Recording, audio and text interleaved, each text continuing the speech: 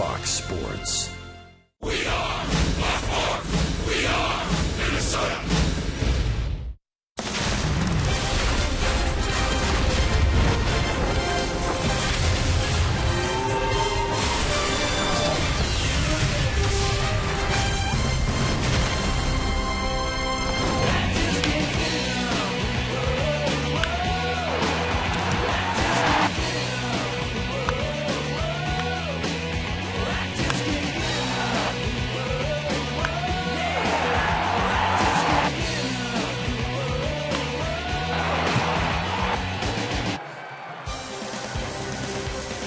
Is known as more of a hitter's park, and we have seen a powerful display so far this series.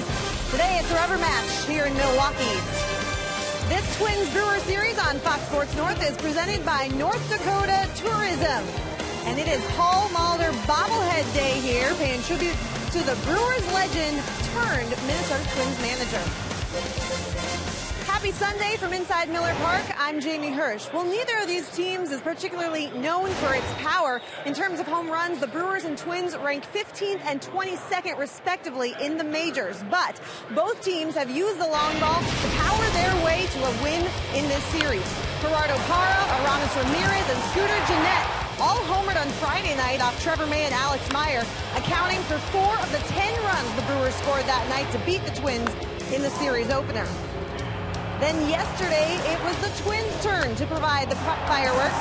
They hit 3 home runs thanks to a 3-run blast by Eduardo Escobar and 2 solo shots off the bat of Torrey Hunter. All 5 runs came on those homers, and the Twins beat the Crew 5-2. Tommy Malone also has a major league home run on his resume as well. He's pitching very well since his recent call-up, and he will try to keep the Brewers' bats quiet, while Mike Fiers has some very good numbers against the Minnesota Twins. It's the rubber match between the Twins and Brewers on Fox Sports North, but first, Dick and Bert take a closer look at the ageless wonder that is Torrey Hunter.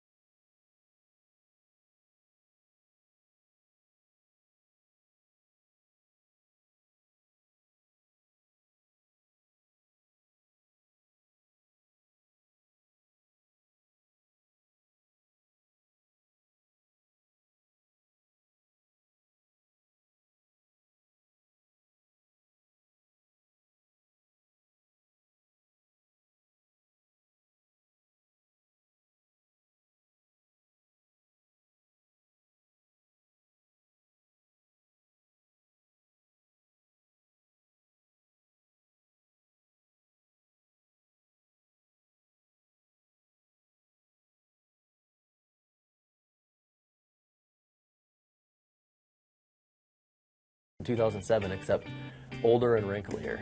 A guy you always listen to. He always tells me, he goes, see what happens, because you never know. Glad to have him. Respect the heck out of him. Knows how to have fun, but when he walks down that tunnel, it's game on. Give me Torrey Hunter.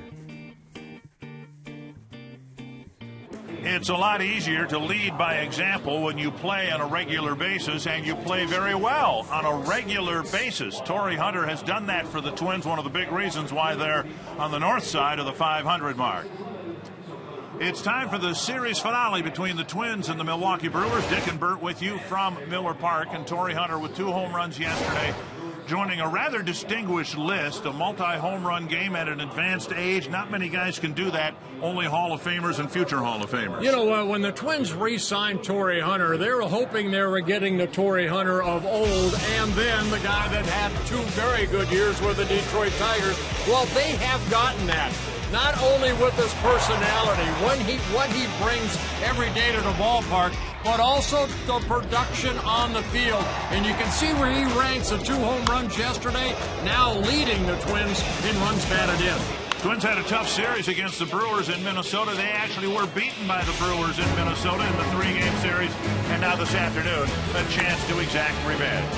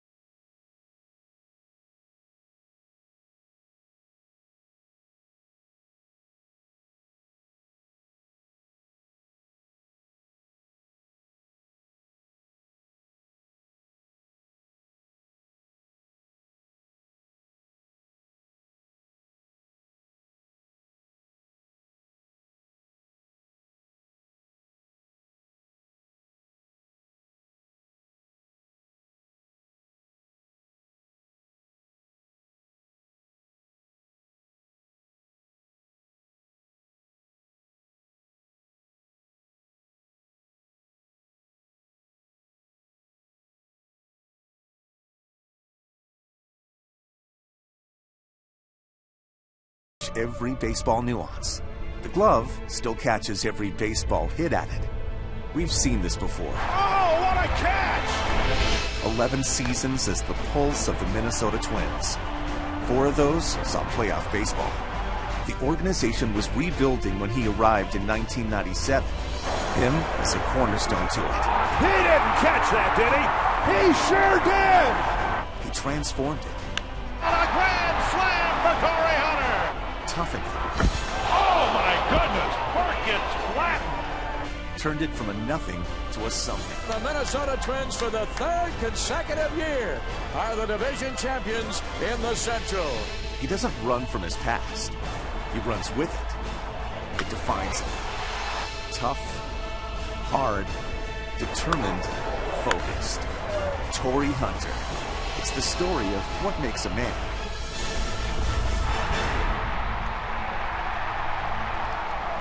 Wow, well done. Clearly this was not a ceremonial homecoming for the Twins or for Hunter. The Twins at the outset said they wanted Torii Hunter to be a contributing member of the team, and boy, has he ever done that. The Menards batting order: Brian Dozier, Eddie Rosario, Joe Mauer, Trevor Plouffe, Torii Hunter hitting 5th, Kurt Suzuki, Eduardo Escobar. The pitcher hitting 8th, Tommy Malone, and then Danny Santana. And for the second time, the Twins will be facing Mike Fiers. He lost to the Twins and Mike Pelfrey 2-0 in Minnesota. Making his 16th start of the year, looking for his 4th win, 3-7 on the year, and an ERA right about 4.5. Brian Dozier, Eddie Rosario, and Joe Mauer in the Twins first. And a check swing grounder. Ramirez has it. 1 down. Well, that wasn't even exciting. That's not your typical Brian Dozier first at bat. Northland Ford defense for the Brewers: Shane Peterson in left field, Carlos Gomez in center, Ryan Braun back in the starting lineup in right field, Ramirez at third, Segura at short, Hernan Perez at second, Adam Lind at first, and Jonathan Lucroy behind the plate. And if you're an amateur golfer, you know, you get a mulligan. I think Brian should get a mulligan. Well, that was just like waggling your golf club and knocking it off the tee. You ought to be able to bend over, pick it up, and say, let's start over. 1-0 to Rosario. Rosario's average down to .264. There we go. And with that, he gets a base hit.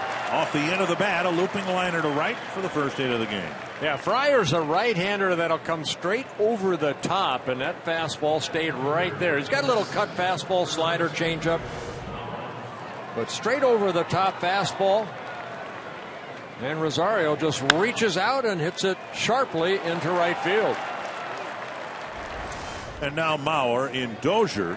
Fiers facing a guy who very likely is going to swing at the first pitch. And now 2 batters down. Joe Mauer, a guy who still rarely swings at the first pitch. Dozier's the anti-Mauer. Mauer's the anti-Dozier, whichever you prefer. And he takes up and away, ball 1. Joe being asked about his modest, if not poor, numbers this year by his standards. And yet he says he's really enjoying the season because the team is winning. And he's contributed to a lot of the wins with some key at-bats. Well, he's always had success against the Brewers. This is his 60th career game against the Brewers, and he's hitting .352. 14 doubles, a triple, 8 home runs, and 34 runs batted in the 59 career games for Joe Mauer against Milwaukee. You mentioned yesterday, he said he loves hitting here at Miller Park with the batting eye, right? See the ball so well. And he says the ball travels particularly well to left center field, which of course fits right into Joe's game plan. His career here in 27 games. Twins have been stymied in their running games by Lucroy behind the plate. He threw out a couple of runners yesterday, yet Rosario goes. And he's thrown out there. You know, even in yesterday's ball game, all 3 throws were on the second base side, and whether it's a second baseman or the shortstop that covers, that's where they want to throw. Rosario trying to steal his 6th base, and the throw right there. So all Segura has to do is tag it, or a quick tag right there of Rosario for the second out. 2-0 to Mauer. And now 3-0. Twins on the season have stolen 32, but been thrown out now 24 times. It's not a very good steal percentage at all. Down the middle, a strike. Well, as a pitcher, when you have a catcher like Lucroy behind there, you know, all you want to do is make sure you get the ball to him quickly, because Rosario looked like he had a pretty good jump, but Lucroy very good behind the plate as far as throwing out runners. That's hit to left. Tracking it is Peterson, and there's another one hit to the warning track. Twins hit about 8 or 10 balls out there yesterday, and Fiers faces just 3 men on the first.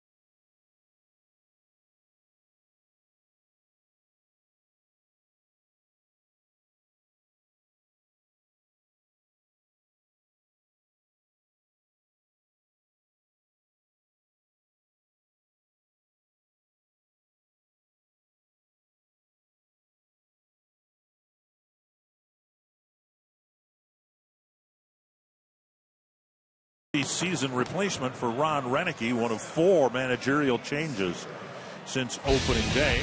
And here is his Menards batting order. For the final game this year between the Brewers and the Twins, Gene Segura leading off, Jonathan Lucroy, Ryan Braun, Carlos Gomez, Adam Lind, Aramis Ramirez, Hernan Perez, Shane Peterson, and Mike Fiers.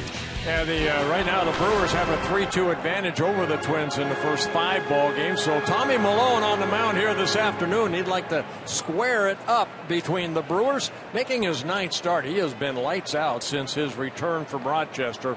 Over his last 4 starts, 2-0 with a 2.52 earned run average. Down and away, ball 1-2 Segura. Making his 2nd career start against the Brewers. His other one came here back in 2013 when he was with the Oakland A's. He won that ball game 10-2. High fly right center field. Drifting back is Rosario. On the track, he makes the catch. 1 down.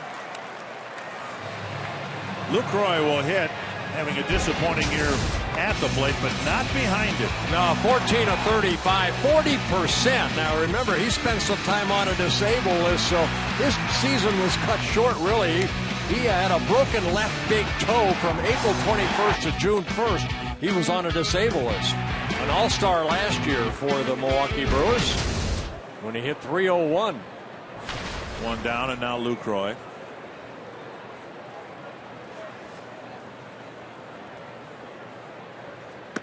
And a strike. The Brewers having a very disappointing year, of course. They actually have a winning record against left-handed starters, but they're hitting very poorly against left-handed pitching, hitting just .219 against lefties.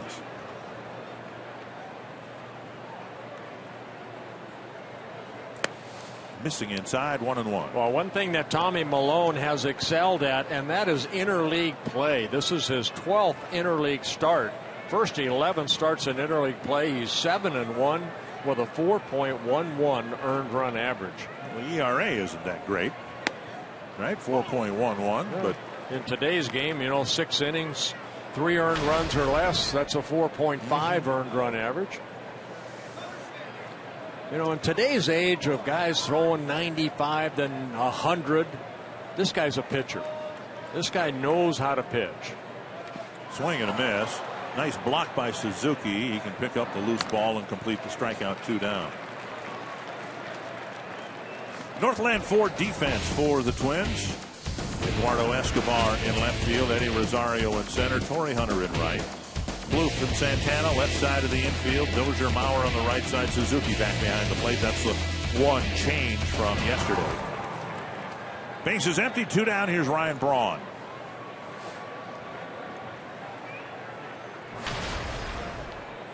Braun with a pinch hit RBI single in the game yesterday.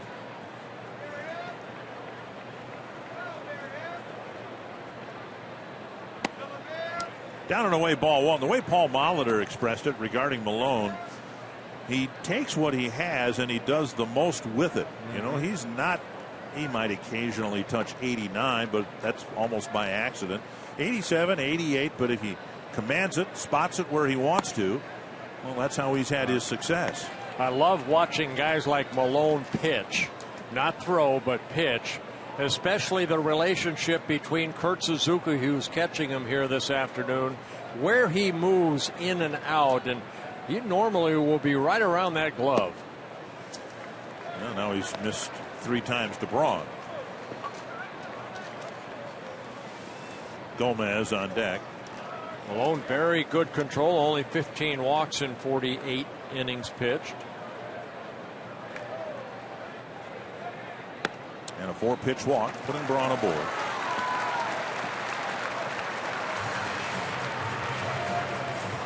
Just the 5th walk in now 5 starts for Milone in the month of June. Yeah, his last 2 starts, he's given up only 3 earned runs in his last 13 innings. A win over the Cardinals, and then a win over the White Sox last Monday. Here is Gomez.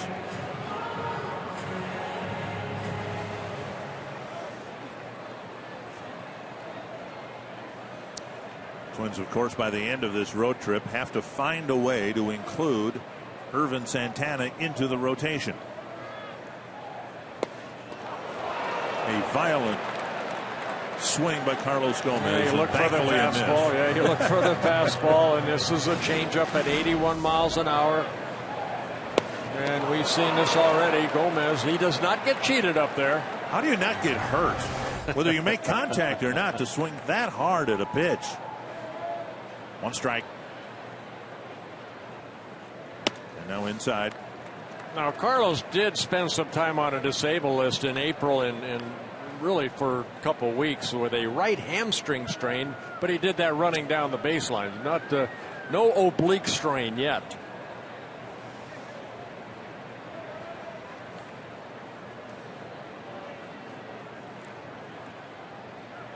Check swing inside 2-1.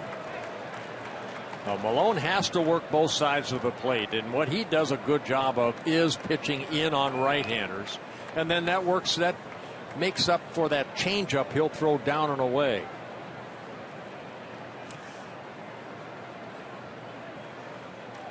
Two and one. Seen Gomez over the years, pretty good low ball hitter. Another changeup right there. That's a pitch I'm talking about. The previous pitch was a fastball in, and then he changes speeds down and away. So where Suzuki's sitting, and look, I mean, he hit the glove. 2-2. Another changeup. Braun goes. Ball 3, and Braun steals second. Well, Braun got a very good jump. Kurt Suzuki, straight, good throw, good strong arm. But Braun, who can, if you don't pay attention to him, he can steal a base. His 9th stolen base in 10 attempts. So he gets into scoring position with 2 outs. He read Malone very well there.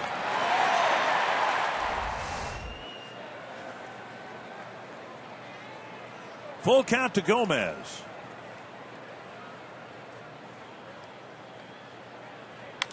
Tapper, left side.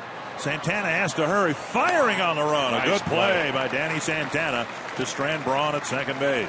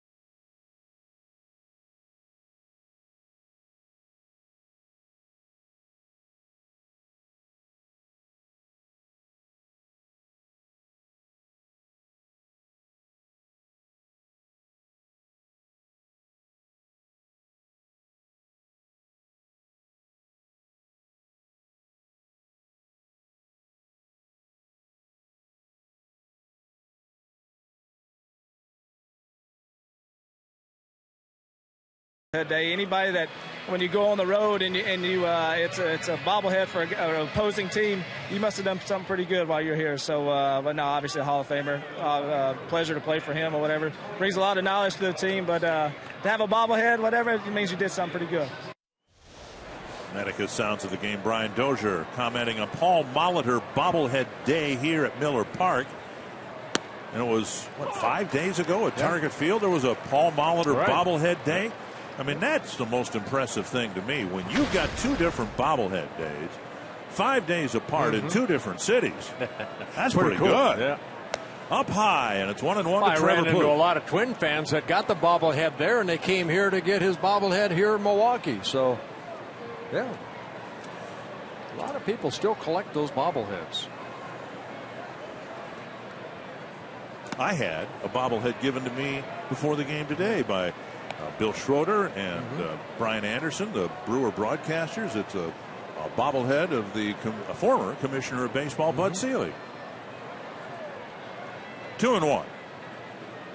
Popped up on the left field line, and Ramirez gives way to the shortstop Segura. 1 down. I believe Jamie Hirsch has one of the Molitor bobbleheads given out today. I do indeed, and it's pretty unique, guys. It's Molitor sliding head first in for a stolen base with the Brewers. A lot of the players were giving him grief before the game about it, but they all echoed Dozier's thoughts about just how cool it is that a visiting manager would get his own bobblehead in an away park. It just goes to show how big of a deal Paul Molitor is in Milwaukee still. And most players didn't realize just how big a deal he still is here. But he's got, of course, the number hanging up in Miller Park, a plaque on the Wall of Honor, a conference room, and a parking lot named after him. So he's still very much a big part of Brewers history. And, yeah, his own bobblehead now to take home with him. Yeah, came up in 1978 with the Brewers, played until 1992 with them, 15 years. And of course, the Hall of Famer, Paul Molitor. You've had a lot of things named for you. There's the complex in Fort Myers. There's a Blyleven Avenue or street or whatever, lane, whatever. Yeah, some good, some bad. 2 strikes to Hunter. What other things have you had named for you? My mailbox. Okay. We have, says Blyleven on that. Okay, yeah. good. Yeah. Good.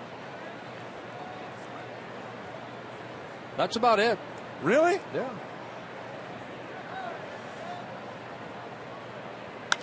Hit to right center field. Gomez comes in to make the catch, out number 2. The bulk of his career, and of course, finished his career with the Twins, a couple of years in Milwaukee, but the bulk of his career spent here in Milwaukee, where he and fellow Hall of Famer Robin Yount's careers were almost parallel in terms of time and excellence. Yeah, Milwaukee started here in the American League in 1969. This stadium opened up in 1970. And this stadium opened up here in 2001. Here is Suzuki with 2 down. And but Molitor, part of the '82 World Series team that ended up losing to the Cardinals, but the only time that the Brewers have been to the World Series.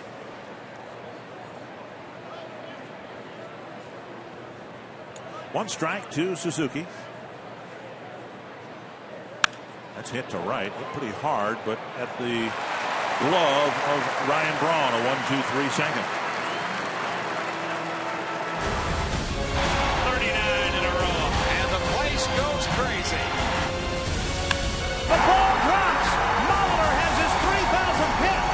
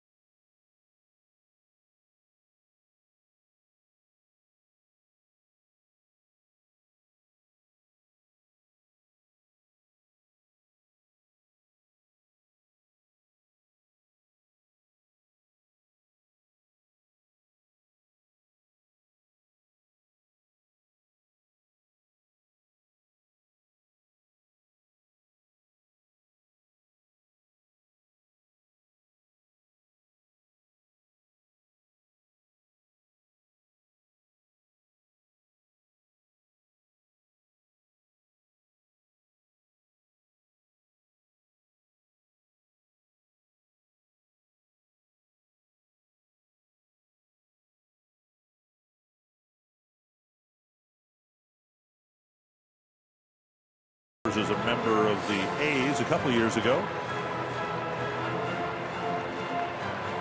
Adam Lind will lead things off. Ramos Ramirez, Hernan Perez will follow. Only runner the Brewers got in the first inning, a walk to Ryan Braun. Strike one. Paul Molitor did not rule out the possibility that the Twins would go to a 6-man rotation when Irvin Santana is added at the end of this road trip inside 1-1. But he said it would be unlikely. And so then you look at the 5 guys, and if Santana is included, someone needs to go out of the rotation. Phil Hughes, Kyle Gibson, Mike Pelfrey, Tommy Milone, and Trevor May are the starters right now. Central to the Twins' thinking, I would imagine, would be the fact that this guy's a winner. He's 36-24. That's a winning percentage as a major league pitcher of 600, 667 in fact, and an ERA of under 4. Right, 3.95. No, 600. I'm sorry, my Minnesota high school math wasn't very good there. He's won 3 out of 5 decisions. Well, he's a pitcher. You know, like I said in the first inning, this guy changes speeds well. Suzuki tried to keep that ball fair right off the end of the bat, but it ended up getting it in foul territory. And then you throw in the fact that he's left-handed. That should help his case too. Now, how the Twins are going to sort this all out, that's up to them. But if Milone stays in the rotation, there's some very good reasons why he should stay in the rotation. Oh! Wow. Where was the pitch?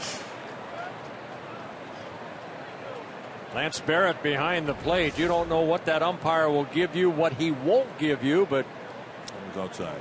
Yep. A bit outside. He won't give you that one outside. Hit the corner. Flip foul. It should reach the seats. Barrett behind the plate. Morales, Isanya, and Barry the base umps.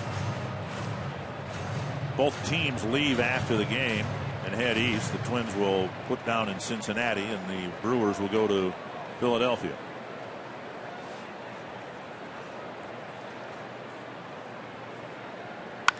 Grounder to third, hit right at Plouffe. One down. Well, I think to make the case too for Tommy Milone is how he has been pitching, especially since his recall when Ricky Nolasco was put on a disabled list. They needed another starter.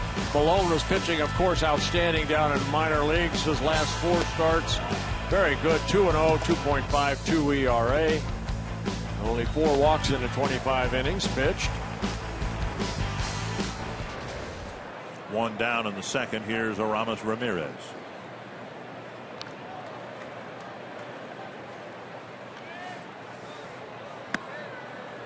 It sure looks as if when the Twins play after the All-Star break, they'll be playing meaningful games for the balance of July.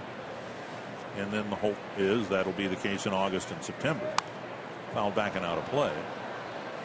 Then, too, Malone's more veteran status should be in his favor.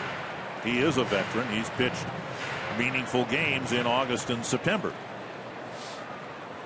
Well, I will wait and see what they decide to do, but I sure hope on a personal side they don't go to a 6-man rotation. Fly ball to center, and Rosario backs up. Plenty of room. 2 down.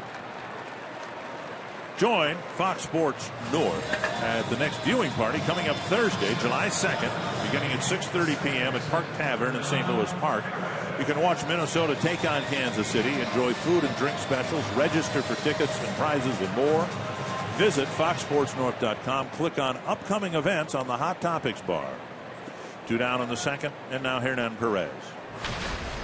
Perez getting a chance to play, which is not the case when he was with the Tigers.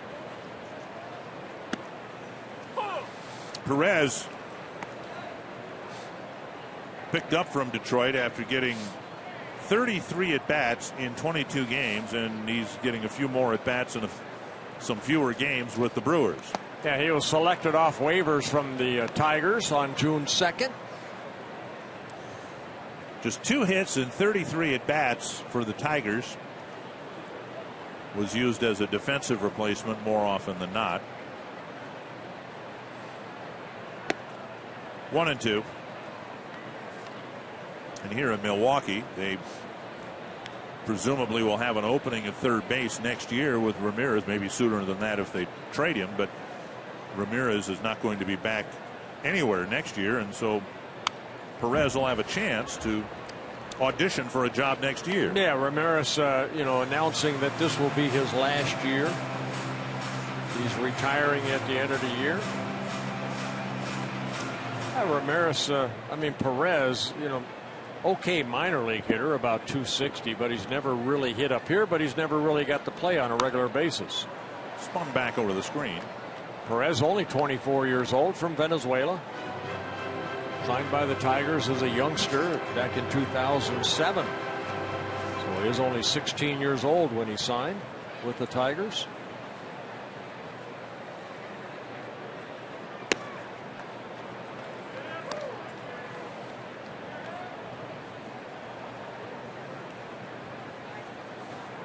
Two and two. Yeah, 33 pitches, 19 strikes for Malone.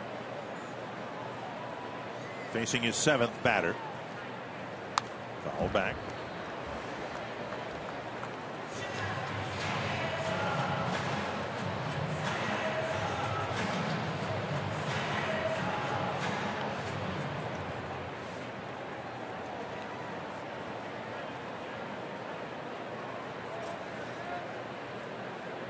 Two and two to Hernan Perez. In front of the breaking ball. Past Ed Cedar.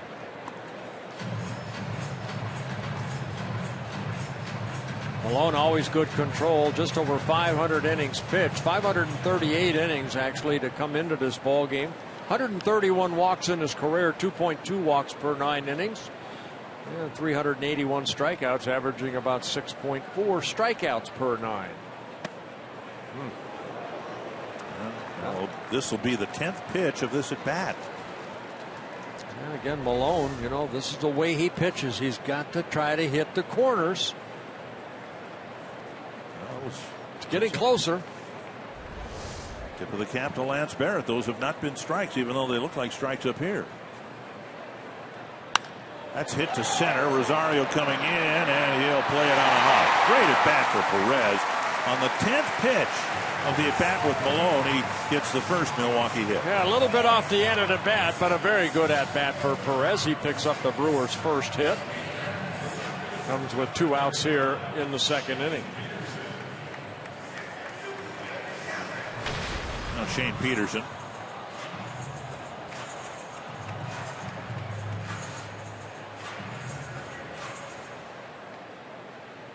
Peterson getting a start in left field.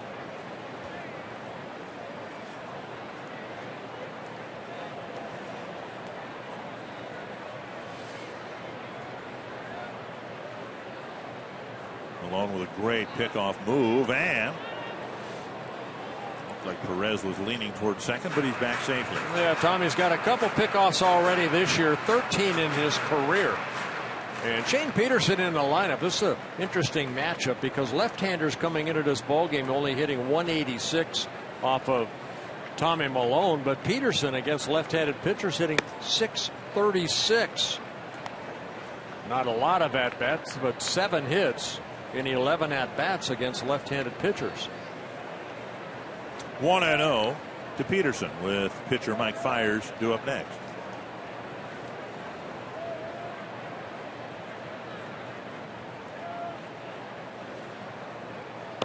And down and away, a ball.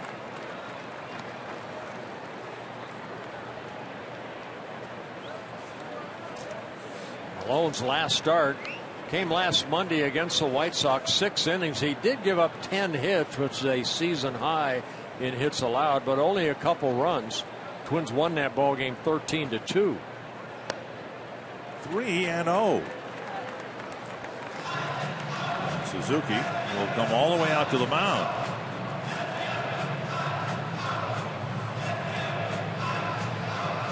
Suzuki caught Malone a lot when they were both with Oakland. A quick trip to the mound by the Twins catcher. Yeah, I think Kurt did this. Maybe he didn't want to say anything to the home plate umpire, but take a look where this pitch was right here. Fastball away. Kurt sitting away. Doesn't move his glove. Now that one looked like it. Yep. Might have had the corner. There's Fox tracks. Yeah. And he put it right on the outside edge, and now down the middle of strike 3-1. Yeah, catchers sometimes, as Kurt is looking out at Malone right now, he might be talking a little bit. Hey, we need that pitch. He's not. You can't. This guy cannot pitch down the heart of the plate. Just call the corners. 3-1. And now 3-2. The ball boy there got a little timid.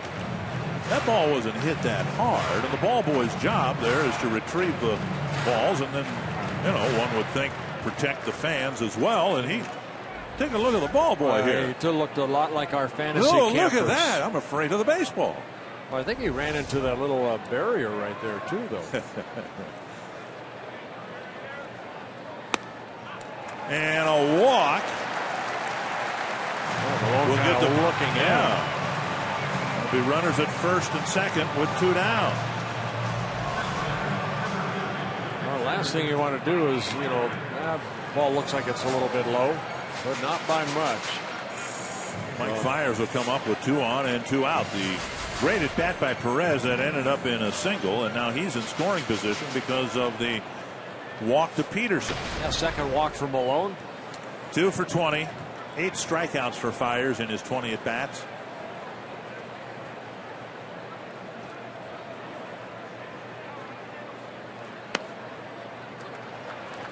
Ball 1.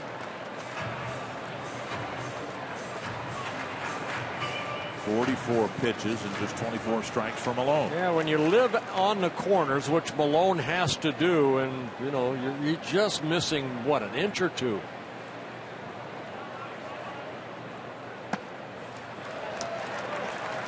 Two and 0.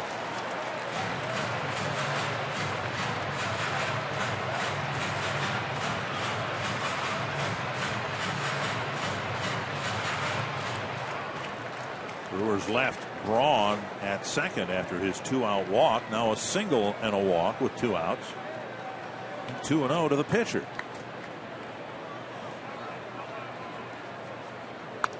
Foul back. Now I didn't mean to make it sound the way that it sounded, and I apologize to you if you took offense by it. There was almost like a little sneer in my voice when I said 2-0 to the pitcher. And I apologize for that because you were a pitcher, and I didn't want to offend you. No offense here. Okay. None taken. All right. And the pitcher hits it to right field. To Torrey Hunter. Right there. 2 left on for the Brewers. Couple of scoreless innings. You're watching the Twins and Brewers series on Fox Sports North, presented by North Dakota Tourism.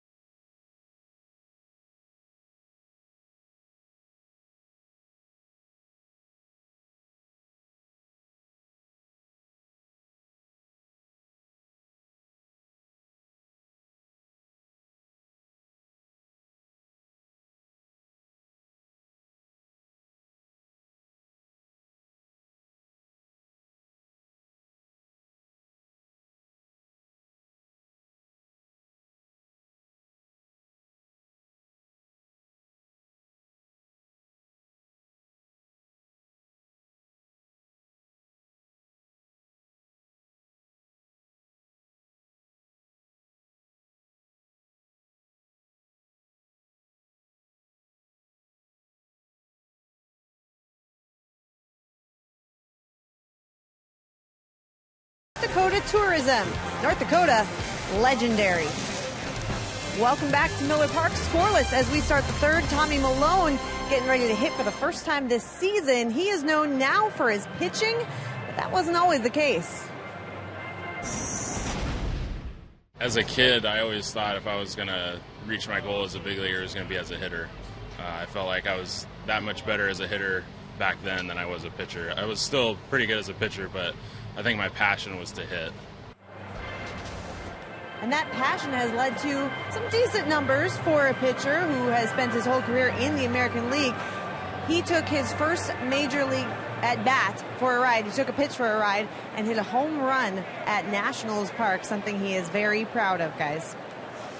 Thank you, Jamie. Yeah, he's got the baseball from that home run. We'll talk more about all of that when he comes up. He'll bat second behind Eduardo Escobar, hitting 8th in the lineup. Escobar 7th, Milone 8th, and then Danny Santana. Here's Escobar, one of the hitting heroes yesterday, hitting a 3-run home run into the Twins bullpen area. Twins were trailing at the time. Home run gave them a lead they would not relinquish. And now Fiers having a hard time throwing strikes. 2-0. When the Twins faced Fiers at Target Field earlier this year, he issued a couple of leadoff walks. He was able to pitch around the second one, but not the first one. Twins got a leadoff walk and ended up getting a couple of extra base hits and ended up scoring a couple of runs, and that was the deciding inning as it turned out. Yeah, 91 pitches in 4 1/3 innings, so a lot of pitches in a short amount of time for Fiers. Escobar takes strike 2. And a home-plate umpire Lance Barrett's hearing it from the Twins dugout. Basically, probably somebody yelled out, "Call it both ways," which umpires don't want to hear because that's their job. Tap foul. Against Matt Garza, biggest swing of the bat came from Escobar. Yeah, that came in the 5th inning. A big 3-run home run for Escobar. That's his second as a left-handed hitter. There's a big 3-run home run that gave the Twins that 3-1 lead. 2-2. And now a full count. Again, Milone on deck.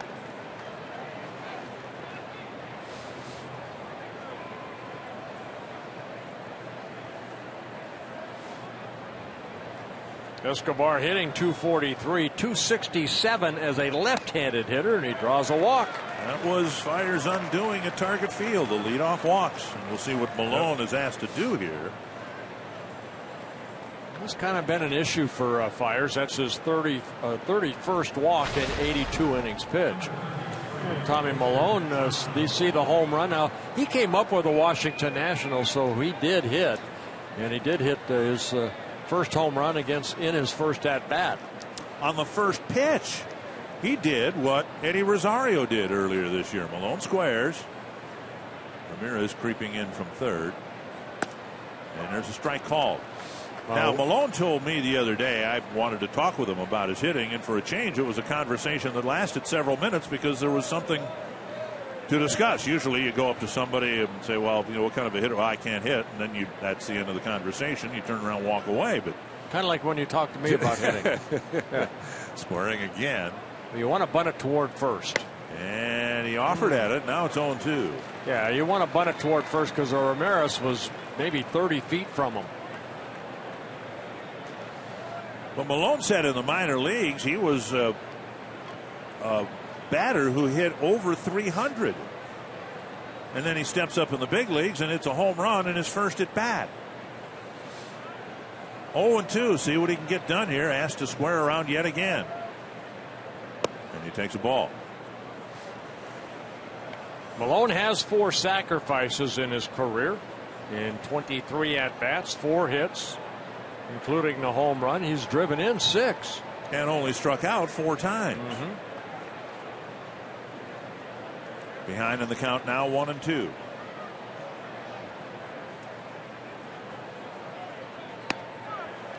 Called third strike. And Malone heads back to the dugout.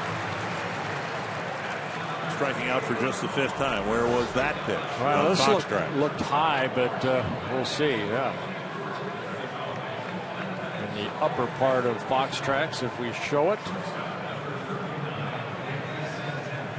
So a breaking ball strikes out Malone, 1 down. That'll bring up Danny Santana. Well, Friars picks up his first strikeout.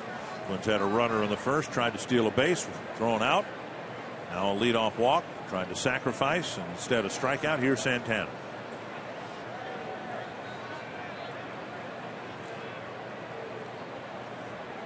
Long hold by Fires, and Santana takes a strike.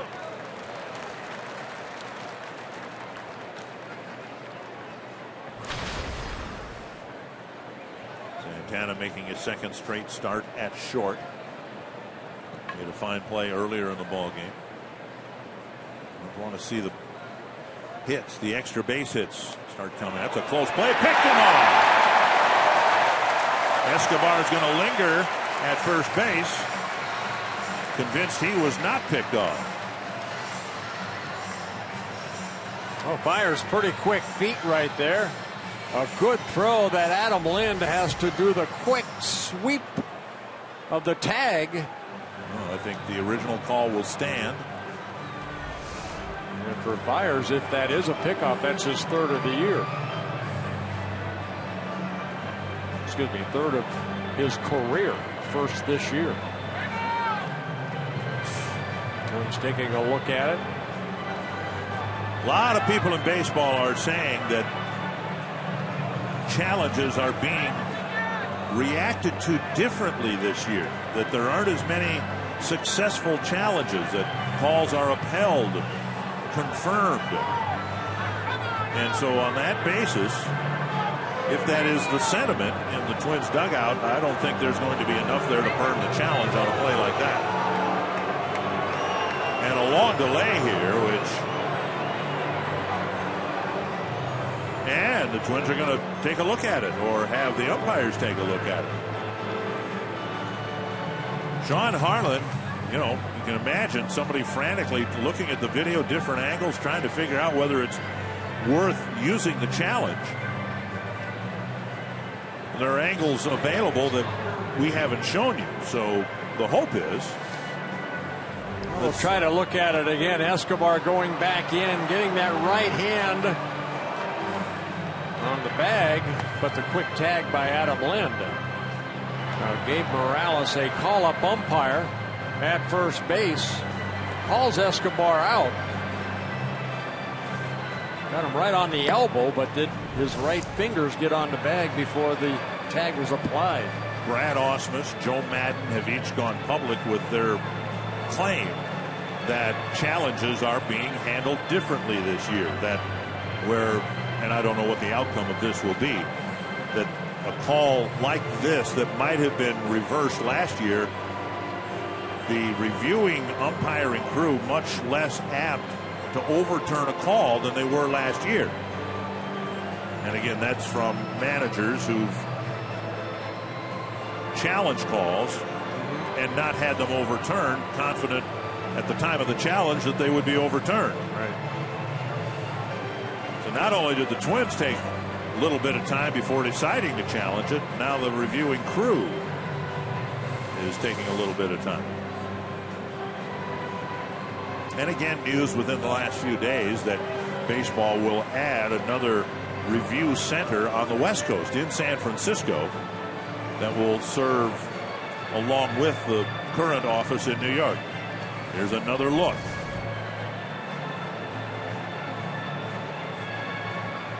It just looks inconclusive to me, but well, they'll look at every angle. Remember, there's a lot of games going on too, so yeah, there's I'm not going to refer what Joe Madden said, but he was pretty upset about it. Basically what he was saying is, let's take the umpires out of the review process, wanting just some independent people to look at the calls. That's what he called the independent people. Well, this is interesting because there's already been some contention between the Twins dugout and the umpiring crew, specifically Lance Barrett. And now Gabe Morales making the call at first base. And a longer than normal challenge. Well, the whole idea behind the challenges are they get it right. And paraphrasing what has been said here, now take another look at the fingertips of Escobar. See, from that angle, it looked like he got his fingers on the bag. I would agree with you on that. Before the tag was applied. There's a perfect throw, and see what they do, and they do call him out. So Escobar is picked off. The call stands, which is different than a call being confirmed. They are not necessarily agreeing that he was out. They're saying there's not enough evidence to overturn it. Right. 1 strike to Danny Santana. Again, it's all tied into the failed sacrifice attempt by Malone. 1-1.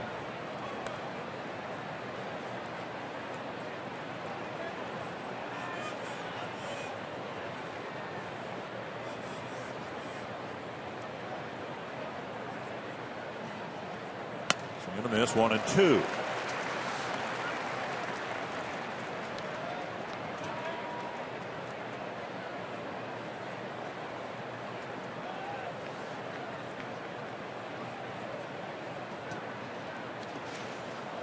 It's in the dirt. 2-2.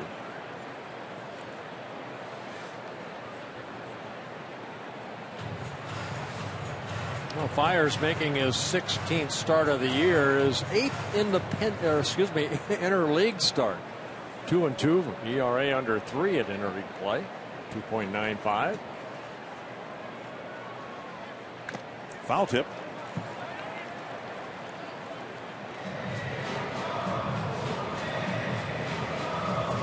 Spring training, the debate was, where should Santana bat? Should he be the leadoff man? It's been so disappointing for Danny that he ended up going to Rochester, where he did hit like the Twins imagined he might in the big league level. Yeah, we saw Paul Molitor talking to him yesterday in the dugout after the throwing error that he had, and just try to get him to relax and have some fun. A foul ball.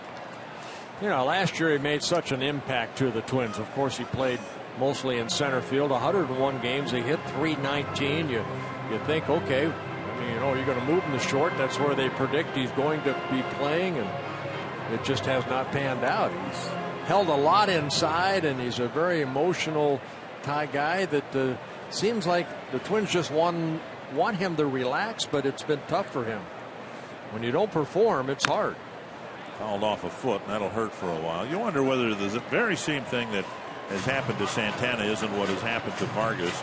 Both players came up last year with no expectations because something bad happened. Ineffectiveness, injury. Ouch. Kind of lucky he's not injured on that.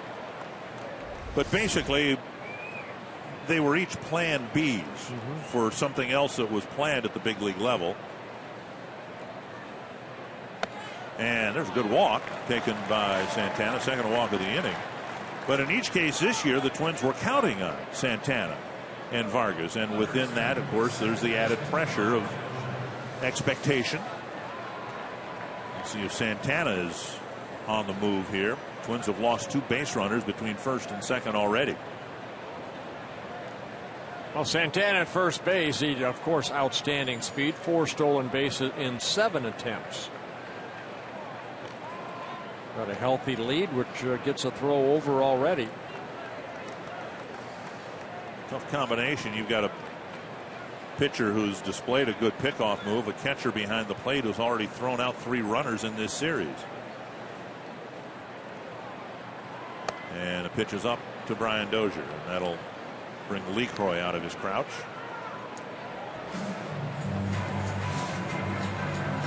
LeCroy has done a great job already in this series. 4 attempts at stolen bases by the Twins. 3 unsuccessful. The other one that was a safe one by an eyelash. Yep. That was Brian Dozier in yesterday's ballgame, but he got a great jump off of Matt Garza.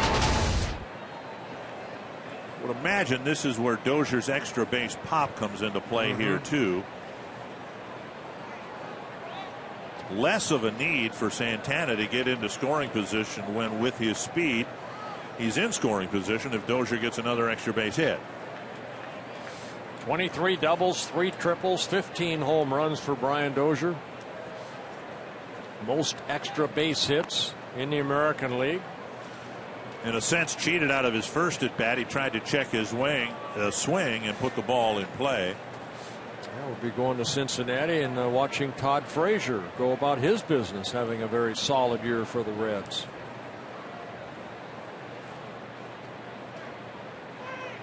Checked his swing, 2-0.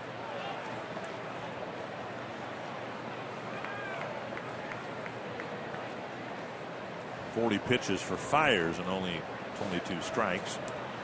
He's already issued 2 walks this inning, and now 2-0 to Dozier. This, I suspect, a very dangerous pitch for Fiers to throw. Let's see if he can leave it middle in for Brian. Chop back to the mound, and Fiers ends the inning. Couple of walks. Twins can't get a runner to second base. No score after 2.5.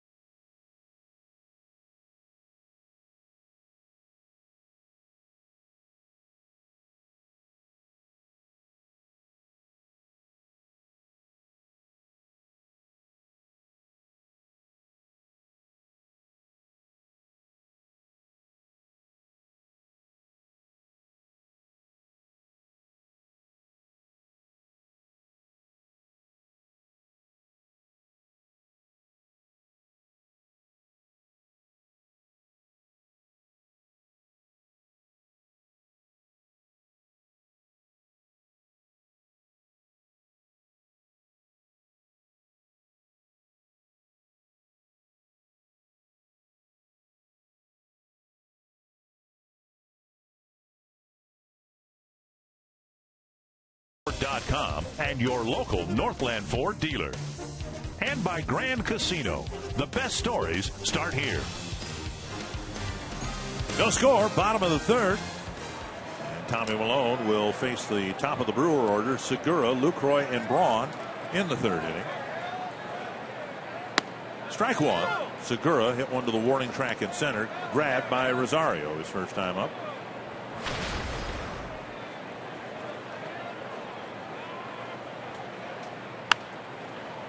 Two strikes.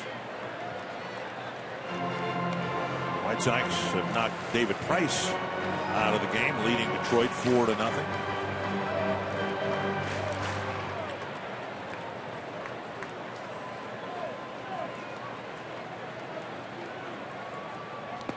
And Segura on 3 pitches strikes out, 1 down. And Tommy Malone picks up his second strikeout. Sanford Health injury report. More bad news for the Red Sox. Hanley Ramirez hit by a pitch Wednesday and now heading back to Boston for an MRI, which I don't quite understand. Boston, wonderful city, but it's not the only place that you can have an MRI taken. I'm guessing in St. Petersburg they have the technology to have an MRI done. A strike. Lucroy struck out swinging his first time up.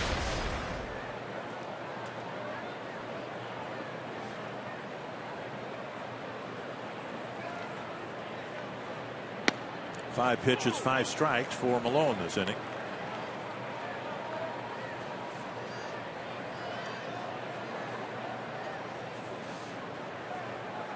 He struck out Lucroy on that breaking ball down and in, almost the way Segura struck out. Dribbler, foul.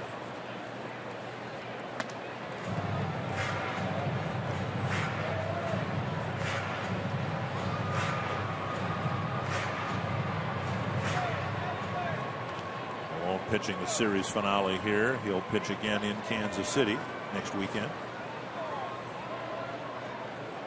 And Lucroy waves at him. Nothing but strikes. And a couple of strikeouts so far here in the 3rd inning. Yeah, 6 pitches, 2 strikeouts. Malone picking up his 3rd. The changeup. Lucroy way out front. Malone issued a 4-pitch walk to Ryan Braun back in the 1st inning. And again, he'll face him with 2 gone in the 3rd.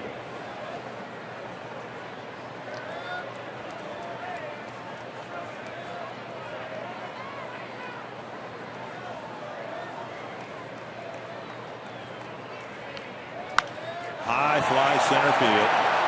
Back is Rosario on the warning track. And the inning ends. Really good inning for Tommy Malone as he gets 3 outs on 8 pitches.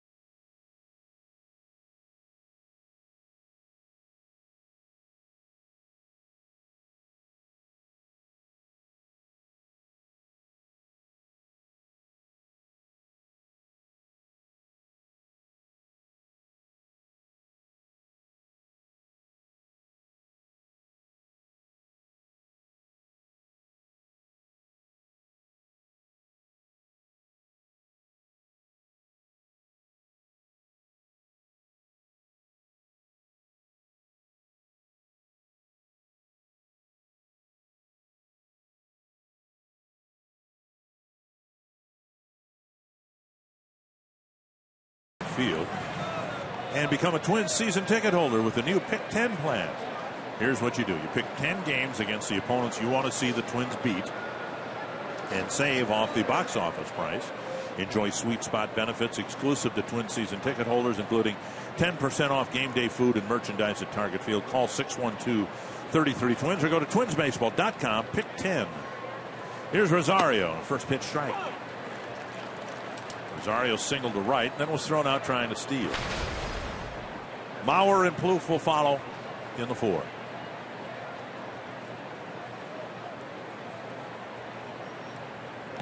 One and one.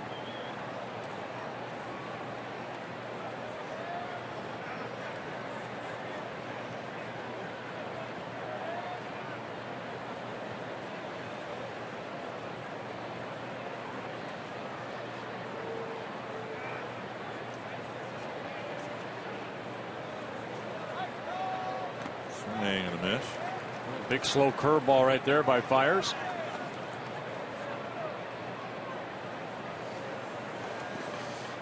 One and two. Just watching Rosario in the batter's box. He has an approach, vivid memories of Tony Oliva. You know, he would stand there and he would do that. Only did it once that time. Tap foul, but we remember Tony would sit in the batter's box and he would just go back and forth, back and forth, back and forth about sometimes 5 or 6 times. Well, he takes his time going into the box, and he almost looks like a scout. You know, I mean, like an Indian scout, like he's just scouting over. Okay, if he pitches me here, I'm going to hit it out this way. Just nice calmness on at home plate. Another Tapper foul. We had Oakland in town the other day. Ray Fosse, who's a great catcher in the American League, was talking about Tony Oliva. So Tony would always, the last time he'd bring the bat back, he'd extend his arms just a little bit, just to try to make contact with Fosse's glove. High fastball gets him 1 away. There's the Twins hitting coach Tom Bernansky on the great promise and high ceiling of Eddie Rosario. That's the gift. I mean, most of us would have to be in our strong core and be able to go ahead and let the hands and the barrel work together. Those that are blessed with the ability to be able to do that can get out of position, but yet still take the hands to the barrel and to the ball and get results, get good results. And it's a frustrating thing for pitchers when they make good pitches and they see guys get out of body position, yet they're still able to hit a line drive. Talking specifically about Rosario and his great hands, talking with Roy Smalley. 1-0 to Joe Mauer. Mauer with a fly to left his first time up.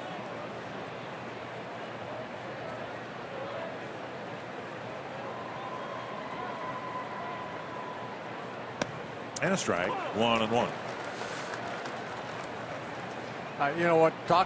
Listening to that, I brought back and I had to look it up. Eddie Rosario's home run against Jeff Zamarza, where he seemed like he was out front, committed, but he kept his hands back and hit that home run against Zamarza in the first inning. Ground ball hit right at the second baseman Perez. 2 down. And before Trevor Plouffe comes to the plate, Carsoup.com trivia. When it was the last season, Brewers defeated the Twins in a season series.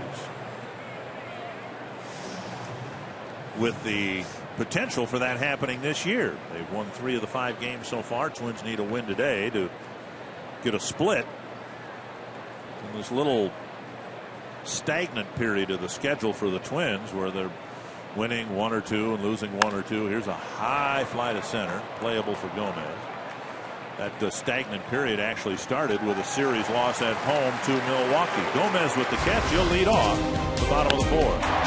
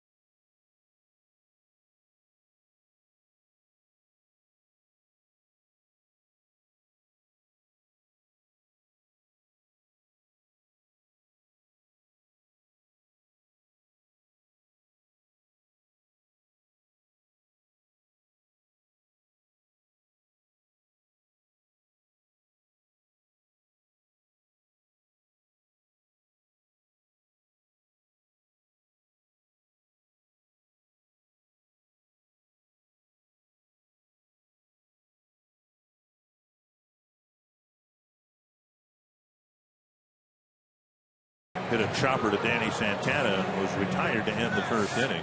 Yeah, Danny made a nice play having to come in and throw on the run to get the Speedy Gomez out for that third out of the first inning. After the 2007 season, Torrey Hunter signed his free agent contract with the Angels. And the Twins eventually handed center field to Carlos Gomez, coming over in the Johan Santana trade from the Mets. 1-0. And a strike. Gomez had a promising year in his first year in 2008. Hit .258, a little bit of power, stole 33 bases. A little bit low, 2-1. Twins really didn't miss a beat. They won 88 games in 2008, having won 79 the year before with Torrey Hunter in center field. Then Gomez had a disappointing second year with the Twins and then was dealt here to Milwaukee. Yeah, Carlos in his 6th season with the Brewers, 2-time All-Star last couple of years, represented the Brewers at the All-Star game. 2-2. Still very young when he was with the Twins. You know, just not a lot of major league at-bats. Didn't have much with the Mets. Fouled back. Got a lot of energy. Some energy and personality that can get under the skin of the team he's playing against, and that was true when he was with the Twins. He would bunt unpredictably against guys like Verlander and Cliff Lee. And there's another swing with the helmet coming off. It's not the first time we've seen it. Gomez has got an engaging personality and can even laugh at himself. Yeah, in the first couple games we saw Carlos Gomez right there swing and fall over home plate. The helmet coming off right there. And the guy that does not get cheated and tells Torrey Hunter out in right field, I'll try doing that. And Torrey, between innings, having some fun with Gomez. One down. Here's Adam Lind. Malone has struck out 3 of the last 4 batters now. Had a kind of a difficult first time through the batting order with a couple of walks and a single. But now second time going along more smoothly for him.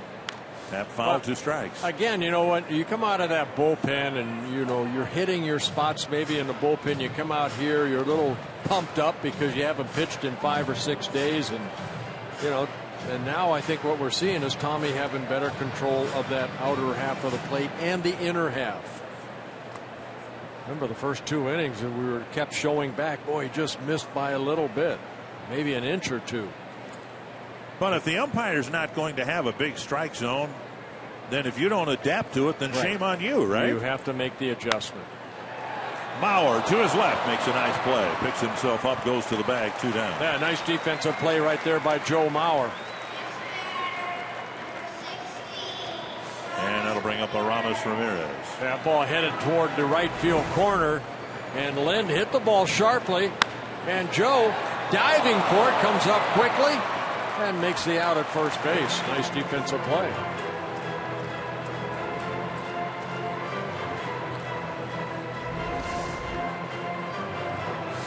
Ramirez with a fly to center his first time up.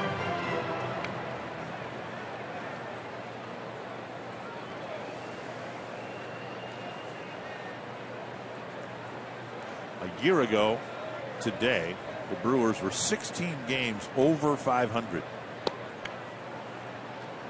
And now on June 28th, 2015, they're 20 games below.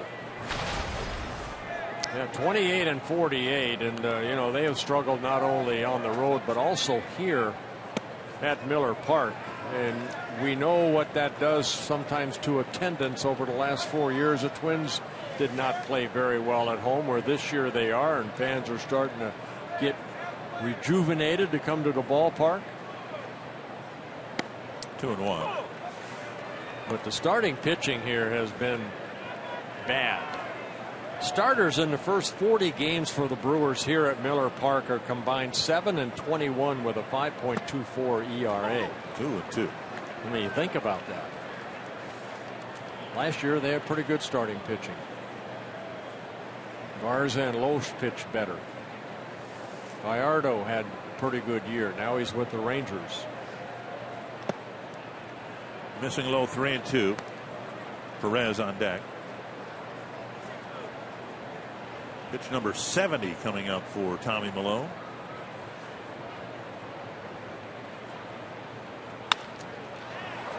And Dozier lined up behind second base makes the play. It's a 1-2-3-4 for Milone. And Torrey Hunter will lead off the top of the fifth.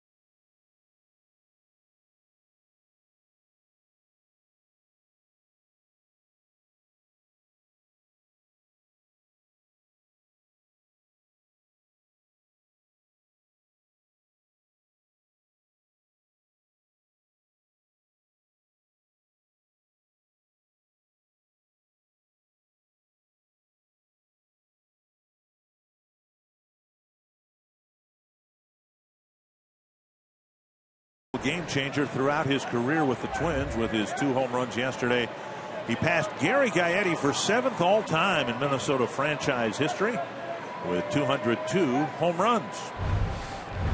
And he'll lead off the 5th against Mike Fiers.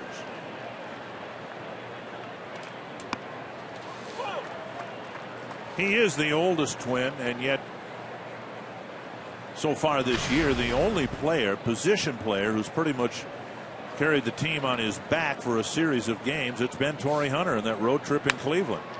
Here Tapper to short, backhanded by Segura. Low throw. What a pick by Adam Lind. Wow. He picked it off his right ear. Boy, Segura threw that ball, and I thought, okay, that's going to get past Lind, but the ball took a nice big hop, but Lind adjusted well, made a nice pick. Let Segura go deep in a hole. You can see the ball landing on the grass, but Lind right there makes a very nice play. 1 down, and that'll bring up Kurt Suzuki. You're tempted to think of the Brewers' collapse and relate it to what happened to the Twins, who in 2010 won 94 games and then lost 99 the next year. But in reality, the Brewer collapse started in the second half last year. They were in position to do what the Twins did in 2010, and that is win a division, get into postseason play. But they absolutely fell apart at the end and then didn't play any better early on. And they decided to make a change in the manager's seat. But it is an abrupt turnaround, and the Twins fans went through it from 2010 to 2011. And the Brewers and their fans are going through it now. 2-0 to Suzuki. There's a ball hit to left. It's hanging in the air for Peterson, and out number 2. And since the end of the season last year, to give you some idea how volatile the job of Major League Manager is, here are the changes involving both these teams playing here today. 6 changes made after the season during the offseason, and then 4 more since opening day this year. You count them up, there are 11. 11 of the 30 organizations have made moves.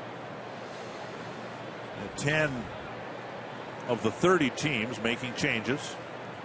1 down, or 2 down rather. And is that 10 or 11? Oh, 10. Unless you know something I don't. Here's a ball hit to right center field. Gomez will play it on a hop. I know I can't count. And Escobar thinks about it. And a hot 1-hop throw that skipped to Segura and spun him around at least once. Escobar with a walk and a single. It's only the 3rd hit of the ballgame, the 2nd for the Twins. That'll bring up Tommy Milone, who was asked to bunt his first time up after Escobar's leadoff walk, and the at-bat just kind of was taken away from him. Milone, one of 115 players. Eddie Rosario was the 115th player to hit a home run in his first big league at-bat.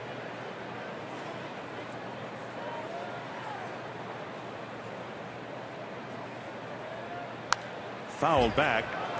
30 players, 30 of the 115 hit their first major league home run in their first at bat on the game's first pitch, and 2 of them are in the starting lineup for the Twins today. This is in the 150 whatever it is year history of Major League Baseball. Only 30 people have done it, and 2 of them are in the lineup today for the Twins.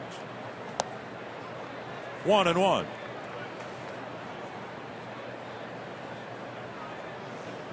And other Twins who've done that. Rick Rennick. Mentioned Gary Gaetti, right? Gary Gaetti did it. Dave McKay. Luke Hughes. And this year, Eddie Rosario. This one, short pop-up, outfield grass, and that's it. Segura with the catch, and the Twins are done in the 5th. You're watching this Twins and Brewers series on Fox Sports North, presented by North Dakota Tourism.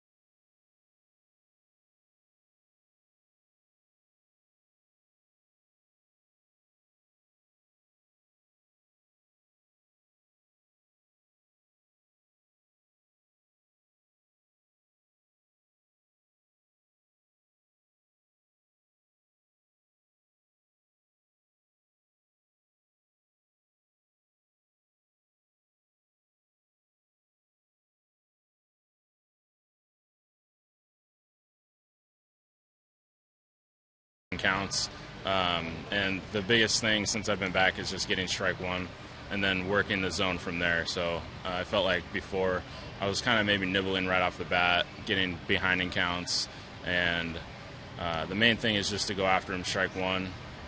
Obviously you're not just going to be throwing balls right down the middle, but attacking and being smart, and then working the zone from there, and then you can expand, and so the biggest thing is just command.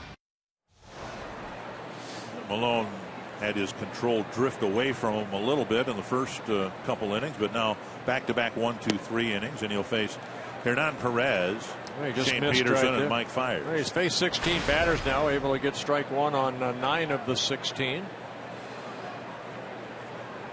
The 2 walks coming in the first 2 innings. And a strike. Yeah, Malone's first time around in April, he worked a total of 22 2/3 innings. He walked 11. But since his return, he's worked 25 innings. Coming into this ball game, only 4 walks. Swing and a foul, 1-2.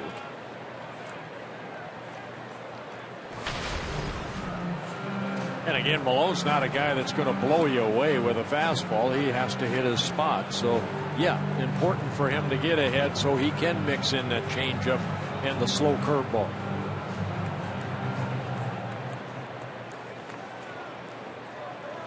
One and 2 to the Brewers' second baseman.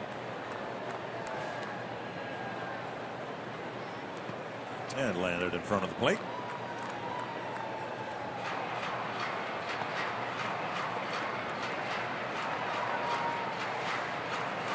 A big weekend for Paul Molitor. A lot of friends and relatives here coming over from Minnesota, but also still has ties to many people here in Milwaukee. 3-2.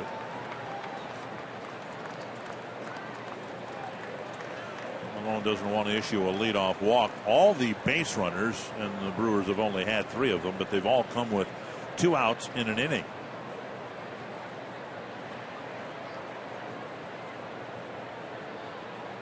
Way out in front of the changeup.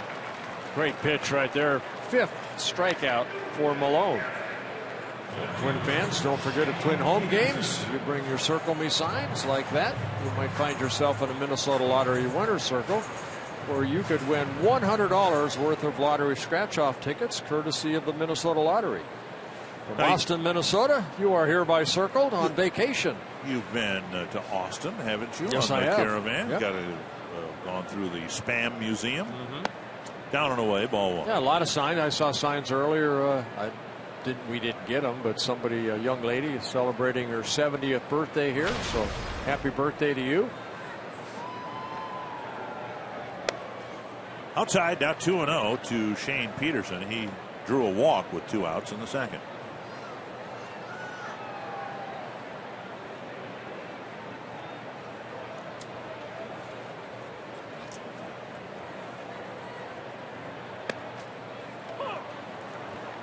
Pitch called a strike. Looked like it was outside. 2-1.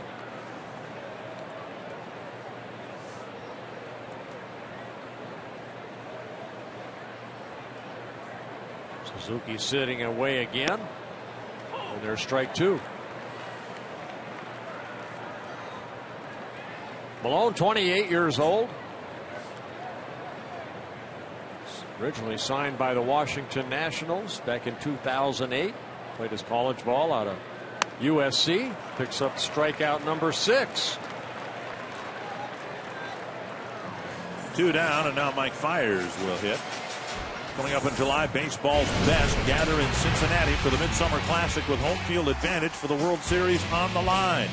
Coverage of the 2015 MLB All-Star Game begins July 14th at 6 p.m. Central on Fox, streaming live on Fox Sports Go. Tough news yesterday with Giancarlo Stanton. Hurt now, broken bone in his hand, the hamate bone. He won't be able to play in the All-Star game. It's an easy fix for me if the National League team wants a substitute. How about Paulo Orlando, the backup outfielder for the Royals? He could go over and play in the National League since the American League roster is going to be filled with Royals. Let's get some Royals over on the National League roster. Now you're being a little sarcastic, young man. Really? Okay. 2 strikes and now a ball. But you know what? Hey, like, Ned Yost said, if people have problems with all the Royals being on the roster right now leading, other people should go out and vote.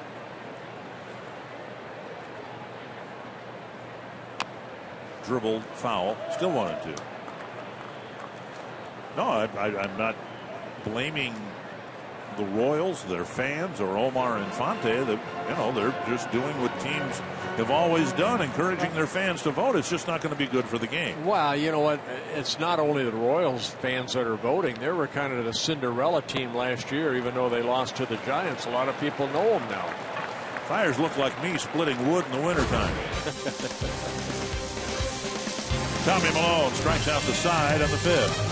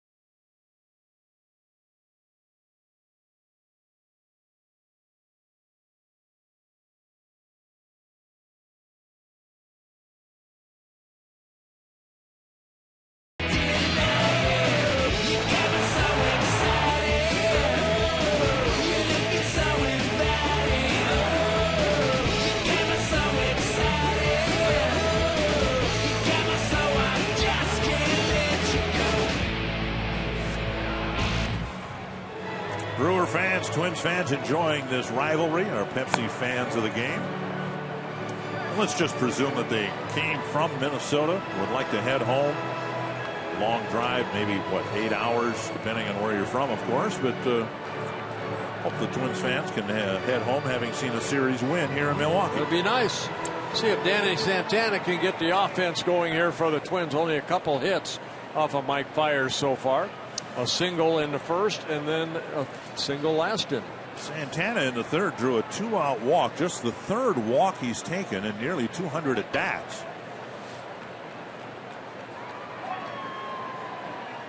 There's a bunt foul toward Brian Dozier, 1 strike.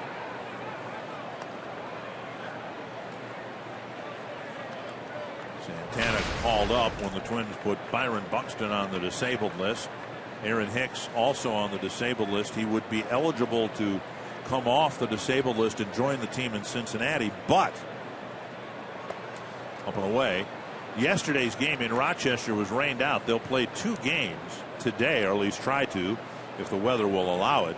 But the chances of Hicks playing both those games aren't very good, I wouldn't think. So we'll see whether Hicks is in Cincinnati when we start that series tomorrow or not. 1-2. Santana, Dozier, and Rosario facing Fiers in the 6th. Well, Fiers pitching a whale of a ball game so far. 5 shutout innings, only 2 singles allowed. It's a chopper. And Lucroy fires, and somehow Lind was able to catch the throw as it sailed by Santana's helmet. That's a heck of a catch by the first baseman, with Lucroy actually throwing it right over the top of the runner. And now Molitor's going to come out and talk to Gabe Morales. Yeah, kind of a swinging bunt. Watch Lucroy right here come out. And Lind able to grab it almost off the neck of Santana. Well, but his foot wasn't on the bag. Lind's foot was not on the bag. And Paul Molitor coming out. He can't challenge after the 7th inning. You can ask the umpires to look at it again, but that's apparently a poor call because the first baseman was not in contact with the base. Yeah, Twins, remember, already lost their challenge earlier in the ball game. So Lucroy's throw. Watch Lind right here catch it. And you're right. The foot was not on the bag. Here's Dozier. And strike one. Dozier's 0 for 2. A check swing grounder in the first, and then a little number not unlike the one Santana just hit. And fires through him out in the third. Strike two. Take another look right here. Well, his foot was there for a split second. Yeah, maybe his foot was in contact with the bag. 2 strikes. And Dozier fouls it back. Twins have 2 hits with soft line drives to the outfield. One by Rosario in the first, one by Escobar in the fifth.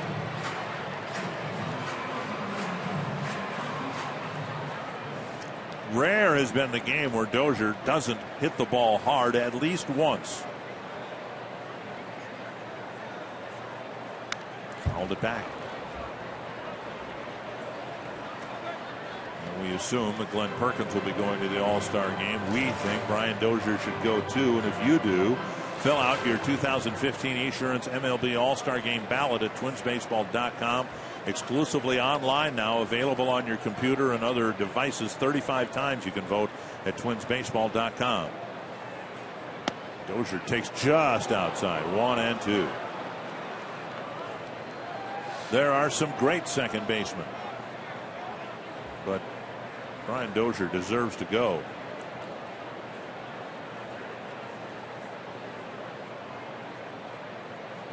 2 and 2.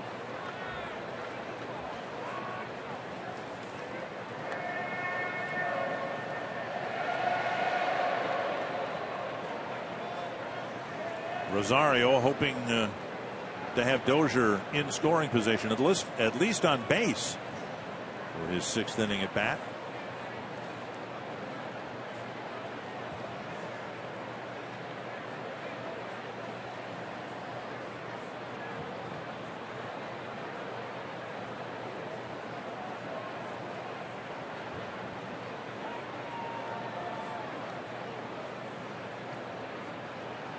Swing and a miss. 2 down. He pulled the string right there, and Fiers picks up just his 3rd strikeout.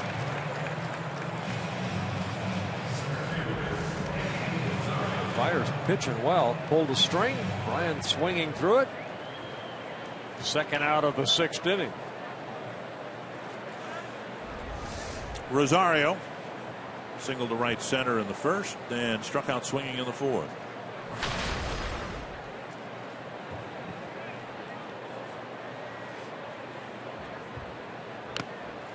A foul, 1 strike. This is very similar to the game that Fiers pitched against the Twins and Mike Pelfrey at Target Field. Twins bunched some things together to score a couple of runs, the only 2 runs of the game. And so far, neither team's been able to bunch anything together.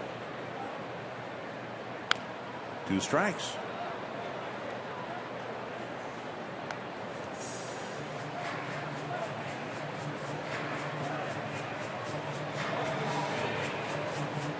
Rosario singled and then was thrown out trying to steal for just the 2nd time in 7 tries in the big leagues. 0-2 from Fiers to Rosario. Good inning for Fiers. He picks up a couple of strikeouts and has a 1-2-3 inning. You're watching the Twins and Brewers series on Fox Sports North, presented by North Dakota Tourism.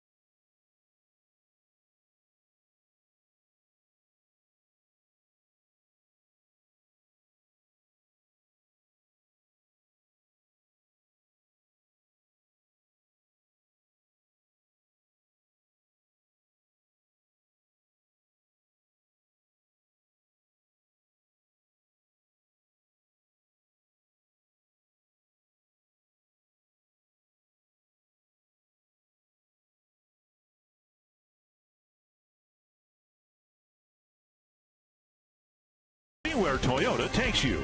Test drive one at your local Toyota dealer. Toyota, let's go places. And by Sanford Orthopedics and Sports Medicine, for the everyday competitor in all of us. Oh, no. The little sausage picked itself up and continued on. Fly ball to center. It hit Rosario, one away.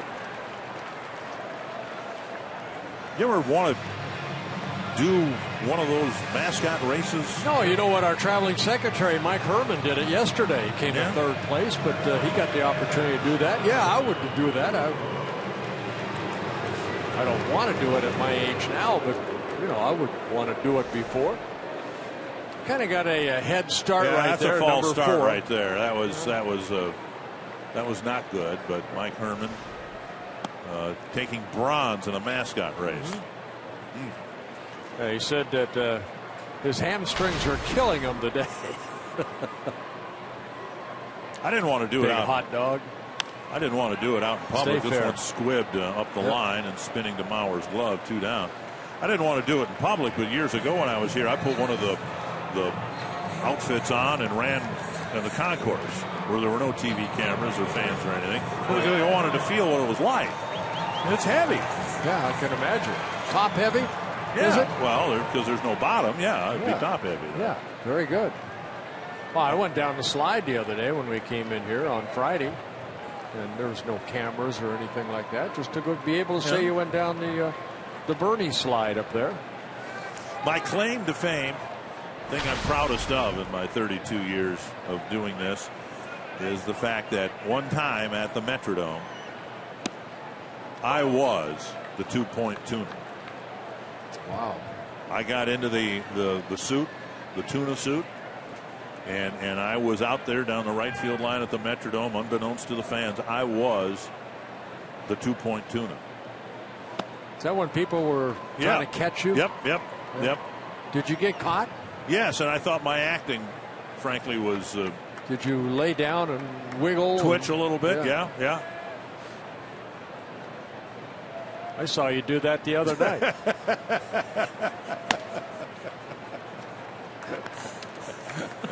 Without the tuna suit. Yeah. Times have changed. You know, we're all older. 2-1. Well, we got a pitcher's duel here this afternoon. Both starters pitching outstanding. 7 strikeouts for Tommy Milone. Only and 12 in a row set down. Yeah, only 1 hit allowed. That was Perez's single in the second inning with 2 outs.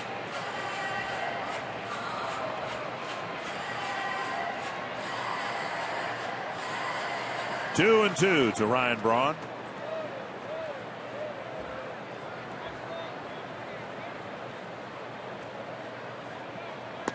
Ooh, just missed the down and away corner. 2 and 2. A few scratch singles, a few walks along the way, but you're right. Tommy Milone, Mike Fiers have been in their own way dominant.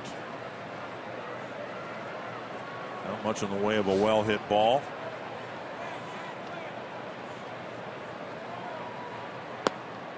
And Braun takes his second walk against Milone. Yeah, 3rd walk of the ballgame for Milone. He didn't want to make a mistake right there. Braun, one of those guys in a lineup that can hurt you with the long ball. After 12 men in a row retired, Braun draws a walk. Gomez will come up with a man aboard. Braun stole second in the first inning after his walk. And so Milone will keep an eye on him.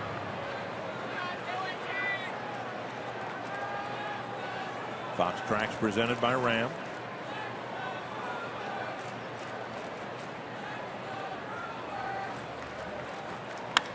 Drilled down the line. A fair ball. Escobar plays the carom well. And Braun will go to third. Gomez with a double. First extra base hit. But Escobar keeping the Brewers from scoring by playing the carom well in the corner. Yeah, he did a really good job by Escobar.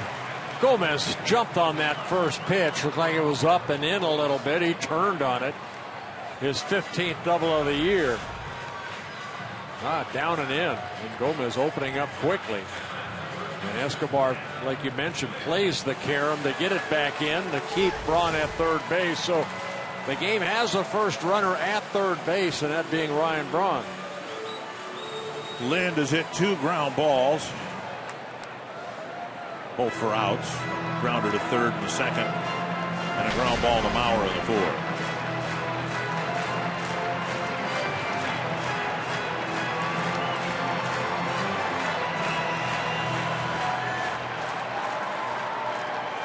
Lind hitting better against lefties this year. 270 coming into the game, and he takes strike 1 on the outside corner.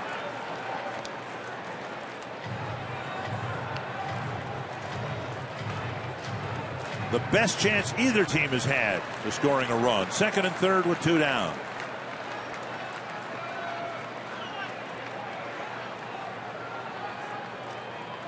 Fouled back, 2 strikes. Lynn got that breaking ball up and fouled it straight back. Now Malone ahead in the count. About to throw his 99th pitch.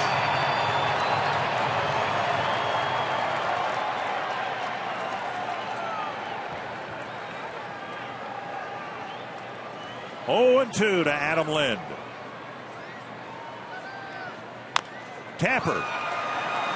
Dozier has time, underhands it, and makes the play to end the inning. Did the same play yesterday. The third out recorded thanks to a fine play by Brian Dozier to end the inning.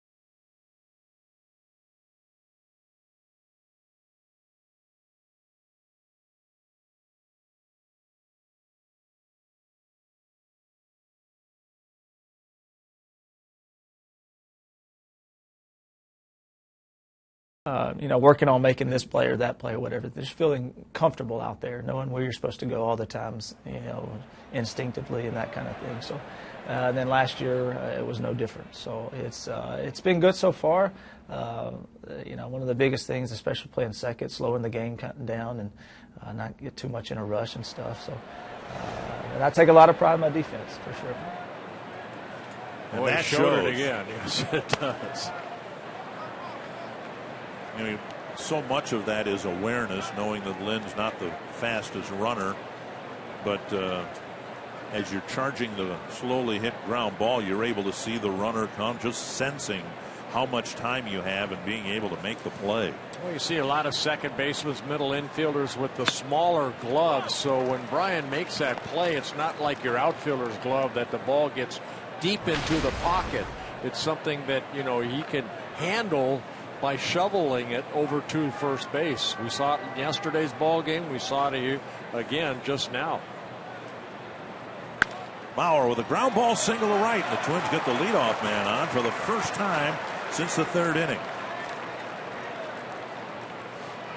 In yesterday's ball game, Brian Dozier made a great play This is off the speedy Segura, so he's got to come a long way, not only on the run, but who's running. Lind not as quick as Segura, so Brian has to come in and do the same thing again.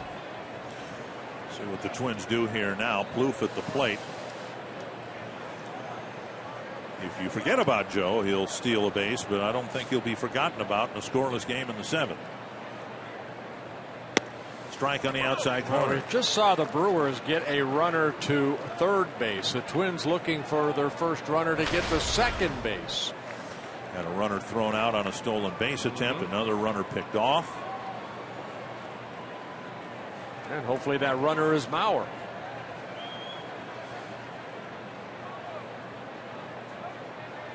Foul back, 2 strikes. Whenever this game ends, whoever wins it, the Twins will go to Cincinnati. The Reds have an interesting day today. They're in the 13th inning of their suspended game from yesterday, and then they have to rack it up and play the Sunday game as soon as that one's done because of the rain. I believe it's 1-1 after 6 innings. It's 1-1 on the bottom of the 13th. Right. 2 strikes to Plouffe.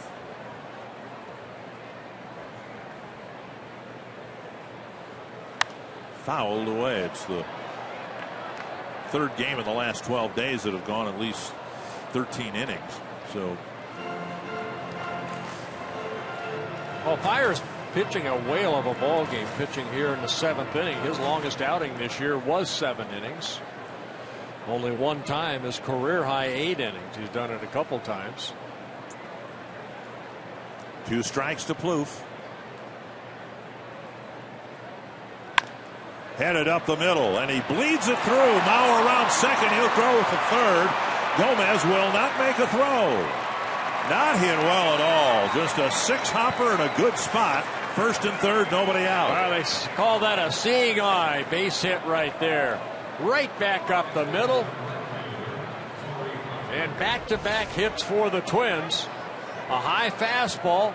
Friars, who falls off the mound toward first base, it got behind him. Right up the middle. Mauer got a good read, hustling over to third. So runners at the corners, nobody out for the Twins. And Torrey Hunter with 2 big home runs.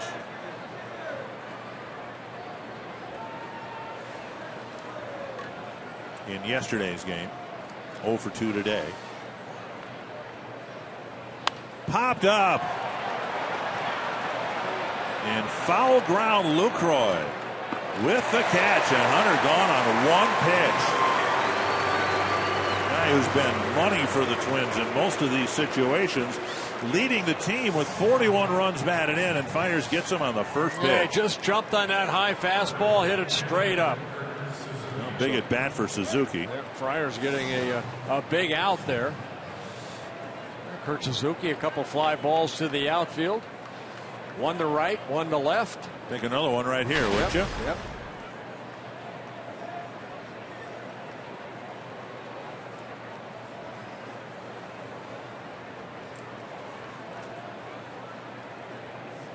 One out, first and third.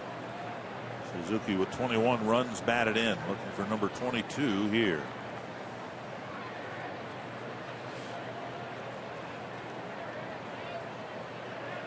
Down and in, ball 1.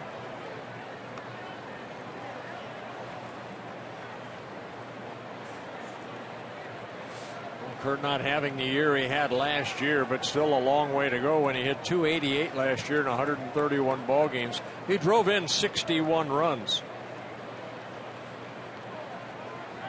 21 runs batted in so far.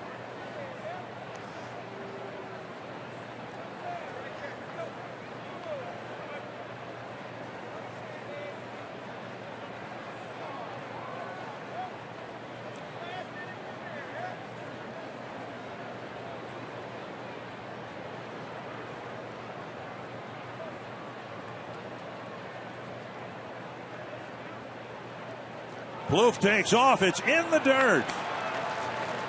And Trevor will get a stolen base. Good pitch to run on right there. Trevor stealing his first base of the year. May bring the Brewer infield in here. The Twins thwarted in so many stolen base opportunities. Send an unlikely base stealer here in the 7th inning. And the Brewers do bring the infield in about halfway. It's 2-0 to Suzuki.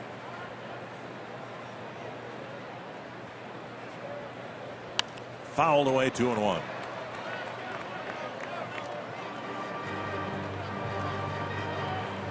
Bauer at third base. He'll try to get off as much as Ramirez is away from the bag.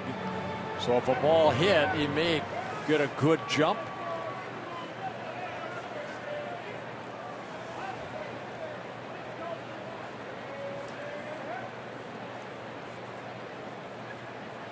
2-1 to the Twins catcher.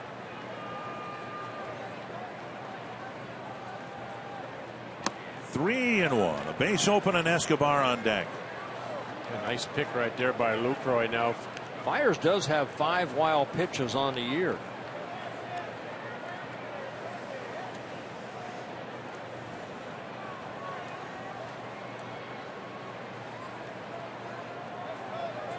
Dangerous pitch for Fiers right here. 3-1.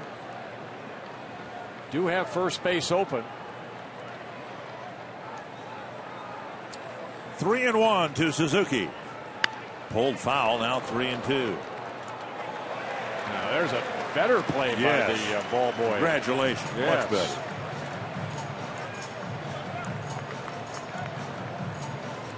One after it. Yes, he did. He came out of his little hole that he's in right there. Very nice. Nice play. Big pitch here. 3-2 to Suzuki. Twins get their first runners in scoring position in the game.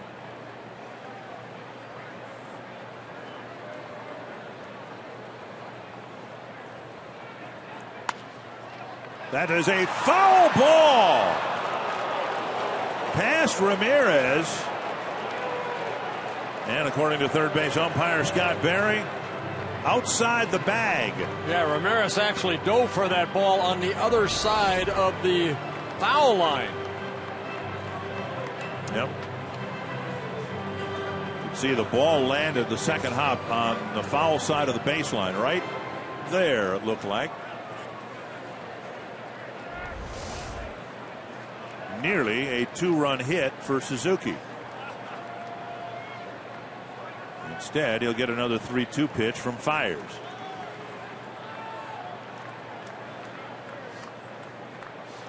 And Lucroy wants, or actually Fiers wants Lucroy to come out. Right.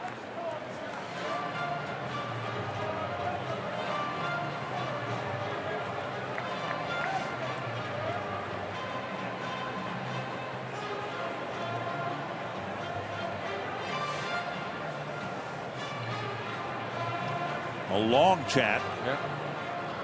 Broken up by Lance Barrett. And we've seen the fastball from Fiers topping out at 90 miles an hour.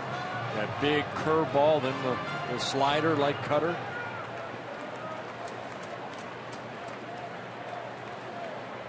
See what Suzuki can get done here on 3-2. Takes ball 4, and Escobar, who got the biggest hit in the ball game yesterday, will have a chance to get a big one here in the 7th inning today. Fiers walking his third batter and walks the bases full. Kranitz, pitching coach, coming out. Brewers, of course, hoping that Escobar will bounce into a double play, but in reality, he's one of the toughest guys in the league to double up. He's only hit into 2 in nearly 200 at bats.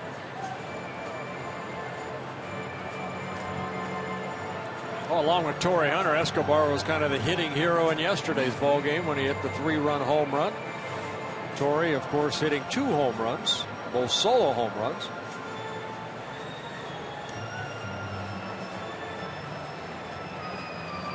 Dozier and Escobar are the least likely players to hit into double plays. Let's see what Escobar can get done here with the bases loaded and 1 out. See how the defense plays, too. Looks like the middle infielders are playing back, looking for the double play. Ramirez even with the bag at third, as Lind is at first. Fox Tracks presented by Carrier.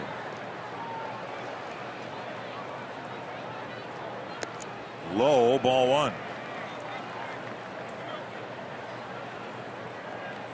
Escobar's 3-run home run took a deficit, turned it into a lead in yesterday's game.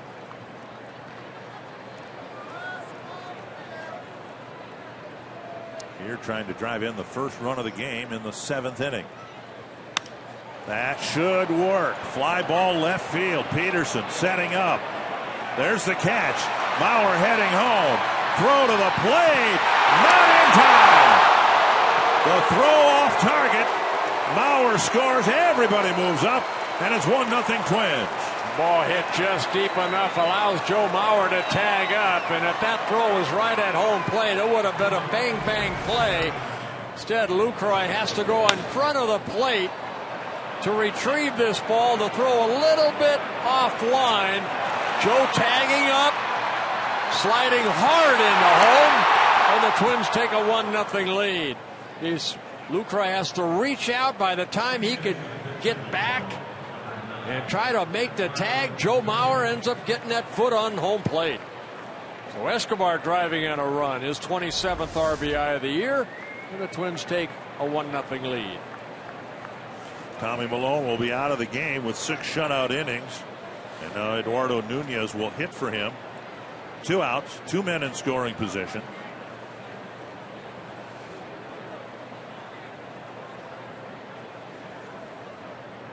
And Nunez takes a ball. We talked about it off and on over the last week or so. The Twins have not gotten much production from their pinch hitters. 2 hits, 27 at bats, and only 2 runs batted in. Yeah, Nunez 0 for 3 as a pinch hitter.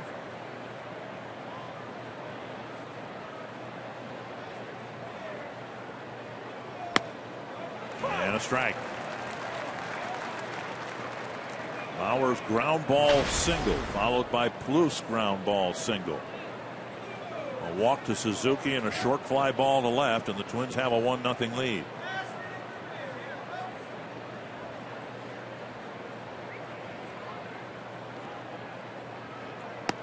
At the knees, 1-2.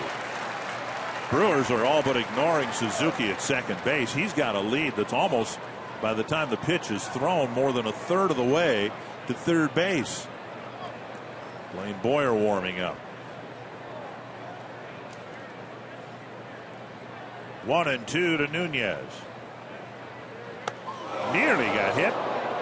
Remember, he got hit the other day by the hands on a swing, and that was a check swing, and it just about nailed him on the knuckles again. They're trying to get out of the way. Now they do appeal to see if he went too far on his way down. But Gabe Morales, the first base umpire, saying he did not.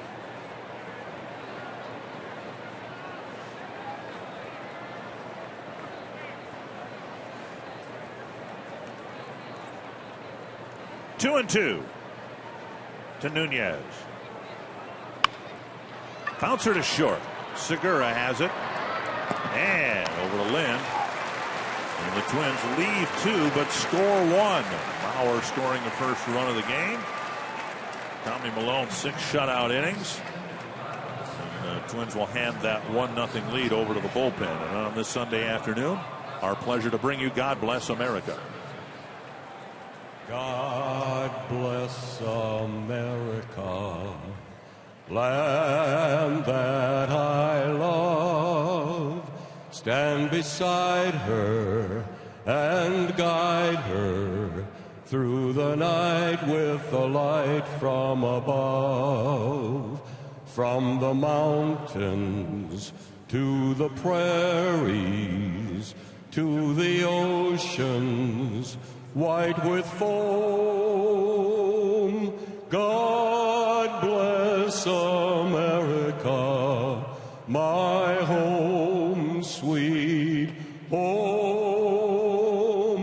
God bless America, my home.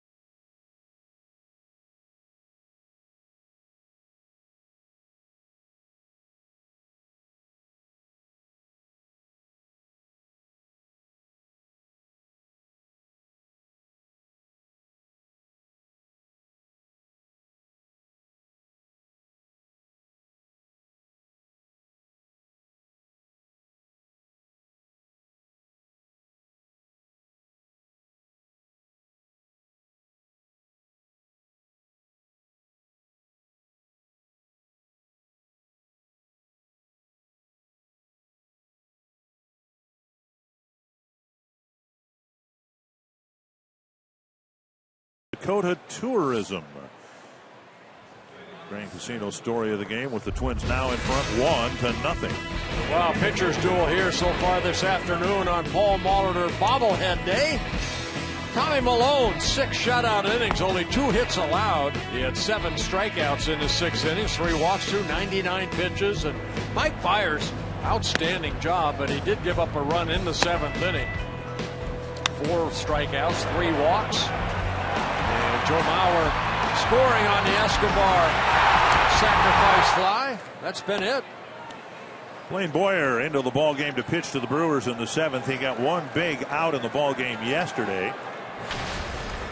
And he'll face Ramirez, Perez, and Peterson. At least they're the scheduled hitters here in the 7th. Yeah, he came in the 6th inning and 7th inning and struck out Parr to end the 7th inning. And then Fiend and Perkins, 2 shutout innings apiece, or 1 shutout inning apiece. We might see the same combo, and if we do, let's think back to Friday night when the Twins got just a third of an inning from their starting pitcher.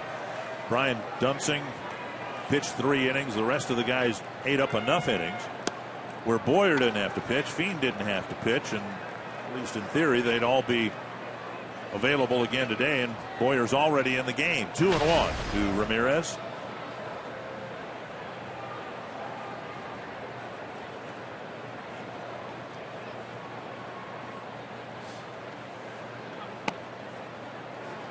Three and 1. It looked like he had a quizzical look inside toward Lance Barrett and where that pitch was.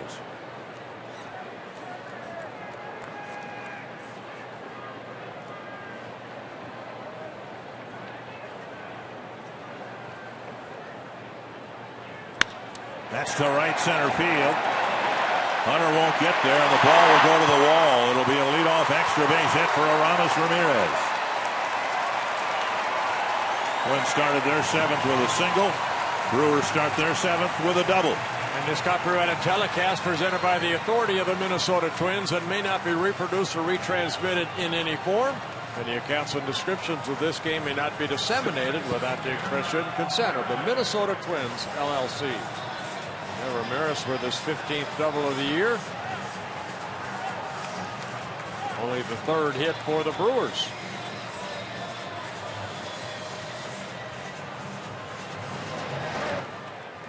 Hernan Perez will hit. Hector Gomez, the pinch runner.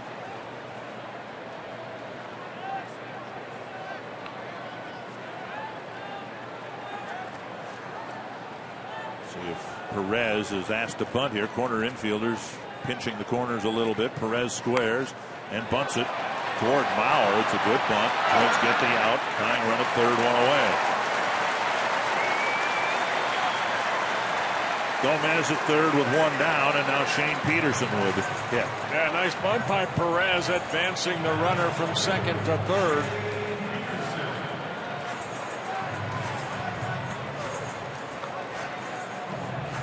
Infield in now for the Twins.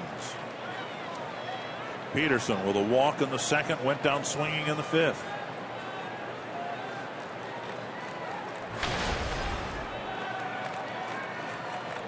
Gerardo Parra's in the on-deck circle. He apparently will hit in the pitcher spot. Driven to the left field corner and deep. Foul. And not by much.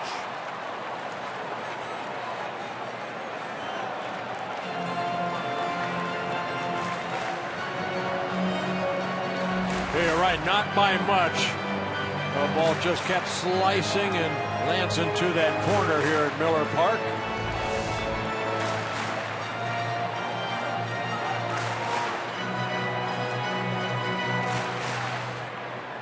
Boyer ahead in the count. You're thinking strikeouts. 16 strikeouts in 35 and a 3rd innings pitch for Boyer. Infield in. Snap bat. Mauer will tag the runner. Most of the bat ends up near the end of the Brewer dugout. That bat just exploded. 2 down. The barrel of the bat actually went further than the ball did. And now Parra, and as Bert mentioned, Boyer got Parra on strikes in the ball game yesterday. Going inside, and Peterson shattering his bat. Joe Mauer tagging out Peterson as he keeps an eye on Gomez at third. Field back at regular depth now for Parra.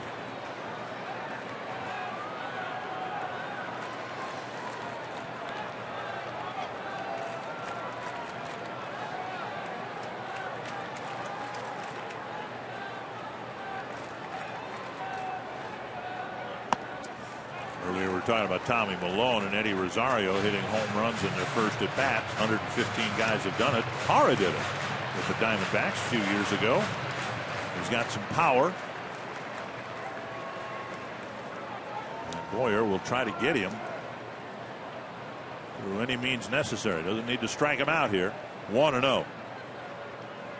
Tying run at third. 2 down. Foul back. 1-1.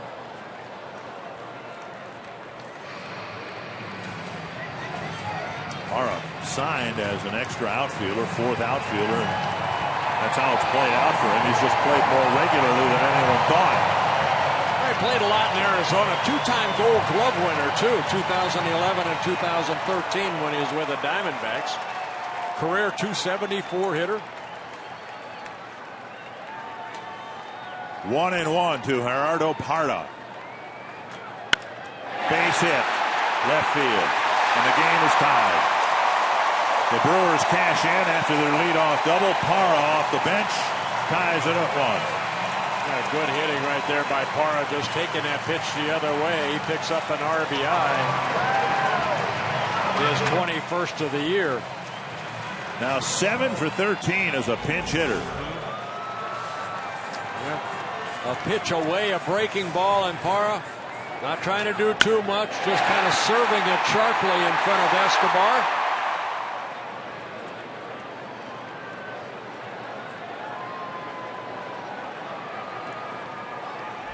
Here is Segura.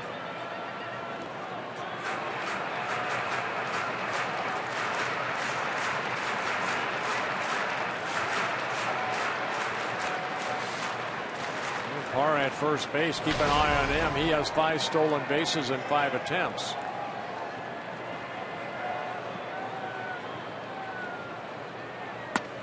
Strike called.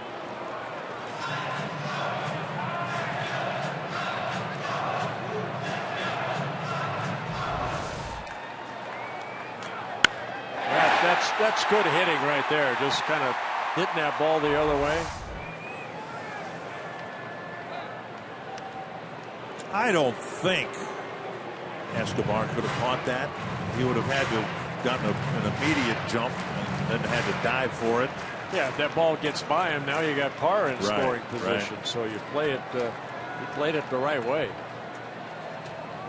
1 strike to Segura. And rolled foul. Jeff Samardzija shut out the Tigers through 7 innings. Then they scored 4 runs in the 8th. Ryan McCann with a walk-off home run in the 9th. Another crushing loss for the White Sox.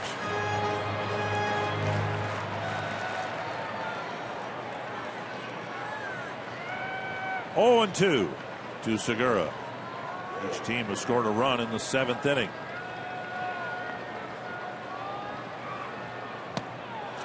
And that ends the 7th. Brewers get a leadoff double, and Boyer gives up a run to tie it.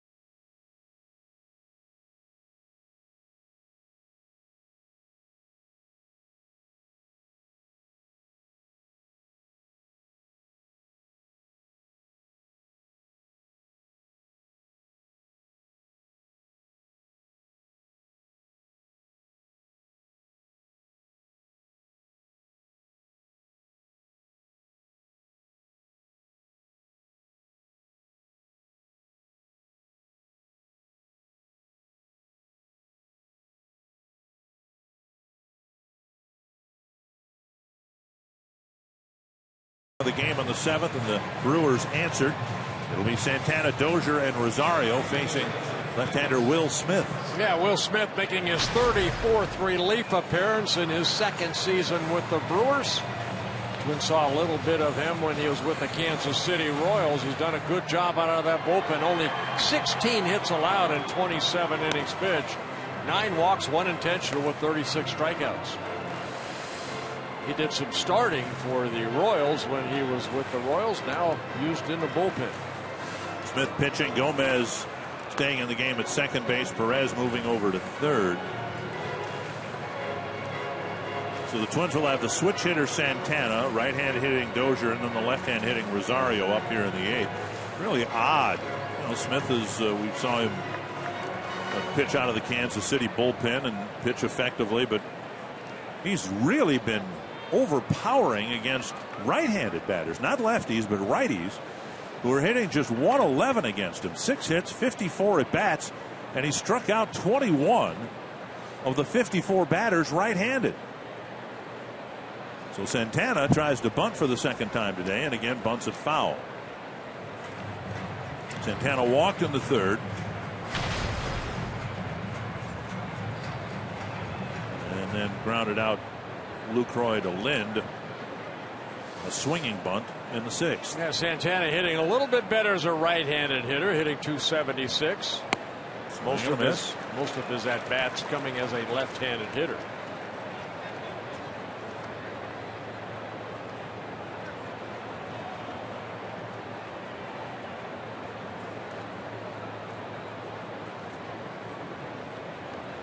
Santana fouls it away. Can you imagine? Now they had to give Smith up, the Royals did, but can you imagine if you had a left-hander throwing as hard as he throws and can be as dominant as he is to mix in with Herrera and Davis and Holland? I don't want to imagine that. Closing the roof here. Outside. 1 and 2. So something I don't know that I've ever seen it happen during an inning before. They're saying that maybe some weather's coming, some rain in the forecast. Santana shoots it to the right side. Gomez with the play. I don't know that Lind has fielded a throw chest high from any of his infielders in this 3-game series. He's been lunging left or right, leaping up, scooping throws pretty much all series long. Boy, Hector Gomez just coming into the ball game, and he knows who's running, so he had to hurry his throw, but he gets Santana at first. Our answer: the last season, the Twins defeated the Twins in the Brewers defeated the Twins in a season series. 2011. And the Brewers won 4 out of 6. Another one in the win column for your announcers. Here's Dozier, 0 for 3. Strike 1.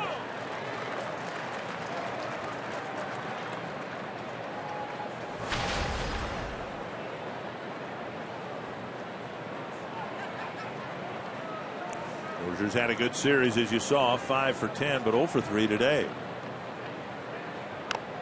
Dribbled foul, and he's behind in the count, 0-2.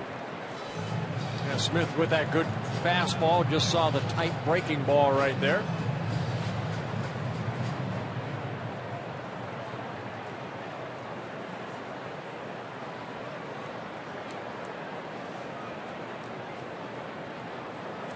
Oh, 0-2 to Brian Dozier.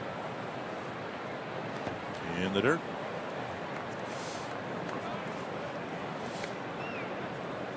Smith, a big guy, 6'5", about 260. When the Brewers were in Minnesota, Smith started his suspension for some foreign substance on his arm. A lot of better place to hide it than right on your arm. 1-2 to Dozier. Called, 3rd strike, 2 down. 94-mile-per-hour fastball in a really good spot. Watch every out-of-market regular season game live or on demand in true HD with MLB.TV Premium. Real-time highlights, live look-ins, pitch tracking widget, and more.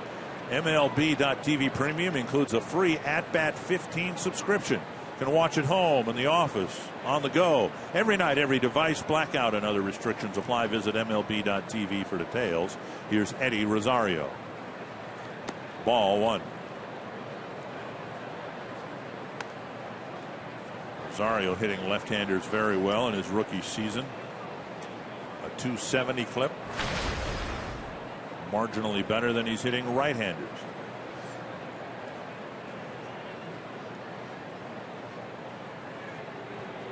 Check to swing, 2-0. Trying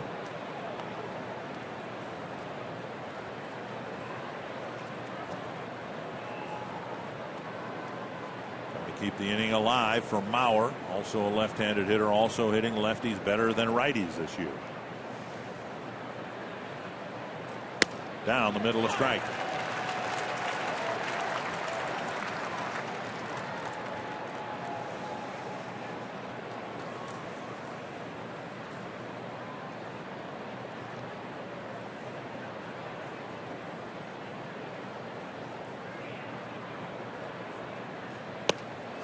Chasing, 2-2. And a hard breaking ball right there. Good tight rotation.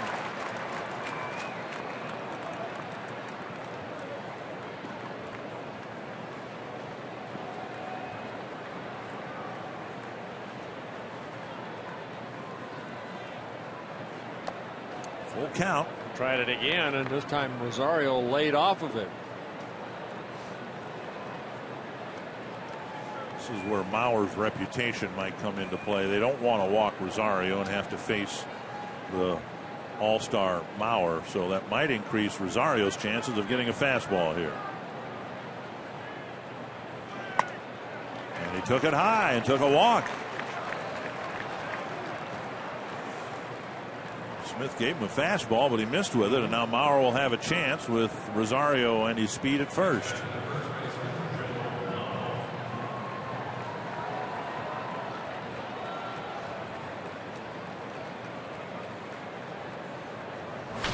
Single, a ground ball through the right side of the infield, leading off the seventh. Then he later tagged from third and scored the first run of the game. And you can see his average against lefties and the power against lefties better than from right-handed pitchers. Swing and a miss.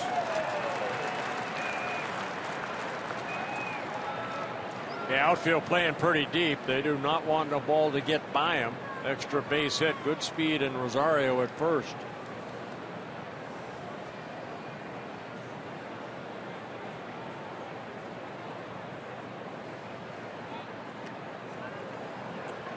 Rosario tried to steal in the first. The only Twin stolen base today came from Trevor Plouffe in the seventh.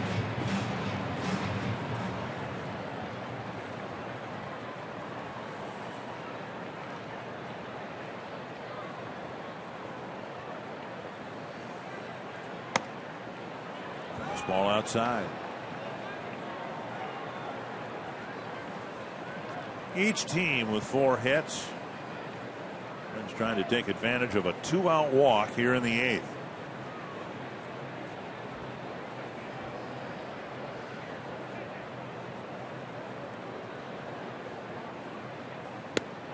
And a fastball on the outside corner.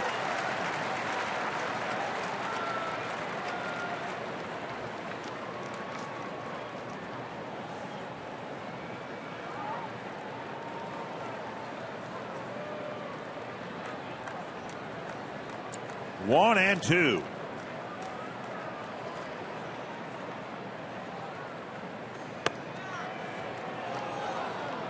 Two and two. As a pitcher, I've said before, this is where you want something to happen. Don't want to go 3-2. That allows Rosario a little bigger lead and be taken off. And he took off on 2-2, and Mauer strikes out on a slider. Bottom of the 8th in a tie game.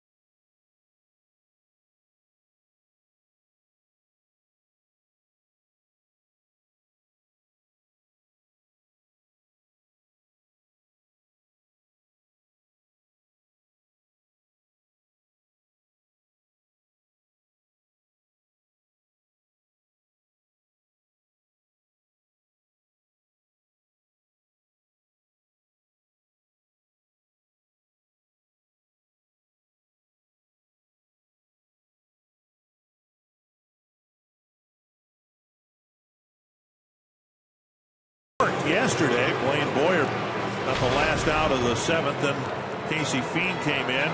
Today, Brewers got the tying run against Boyer.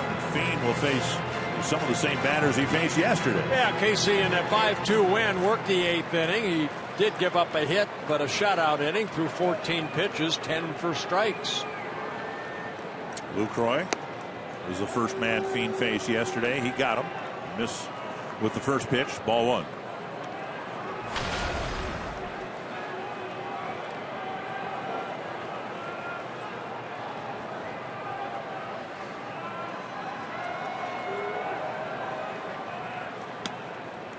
Outside 2-0. Lucroy, Braun, and then Gomez. And in yesterday's game, Fiend got Lucroy, Gomez, and Lind, who would bat 4th this inning.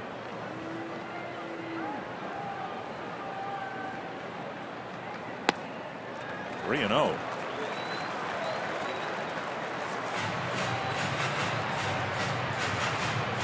That's one thing that Fiend has not done. He has not walked hardly any. Only 1 walk in 22 2/3 innings.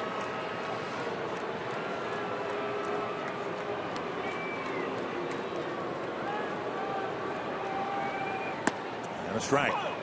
Talked about it yesterday. His greatest stat is his whip. Walks and hits per innings pitched. They're trying to come back from 3-0 and avoid giving up a leadoff base runner here in the 8th. Swing and a miss, 3-2. Yeah, good fastball there at 93.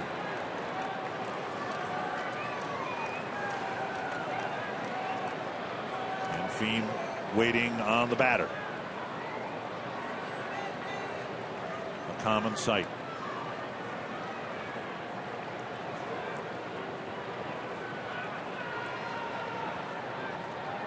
Foul away.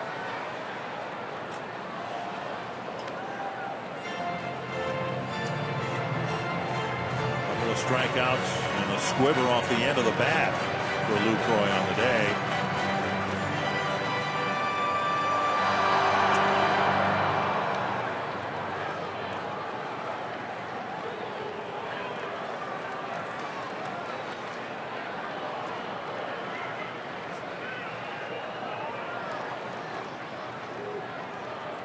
Missed inside. Just the second walk this year issued by Casey Fiend. Yeah, a rare walk by Fiend. Well, he fell behind 3-0, came in with 3 more pitches, but then tried to come in with another fastball, and the ball tails inside. Braun leading the team with 11 ground ball double plays. He has walked twice today and hit a fly ball to center.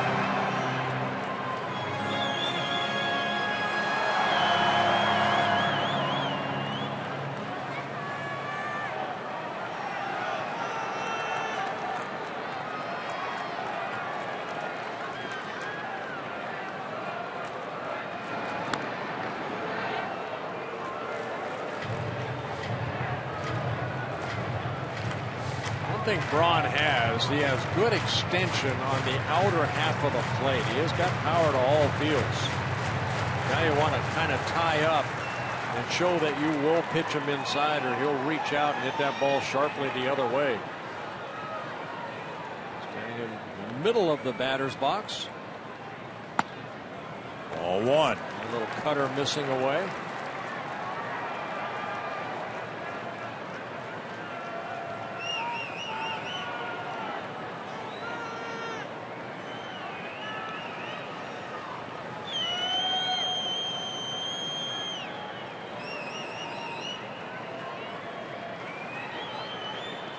One and 0. Deep to left center. And Braun has given the Brewers a lead. Oh, there's that extension I was talking about.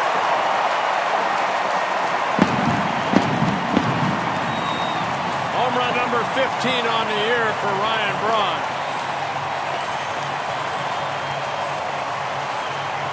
And for Casey Fiend, his second home run allowed on the year. The other one to Miguel Cabrera back in late April. And that was a 2-run home run. Fein given up just 6 runs all year long and 2 quick ones for the Brewers here in the 8th.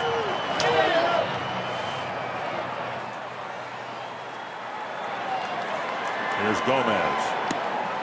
Swing and a miss.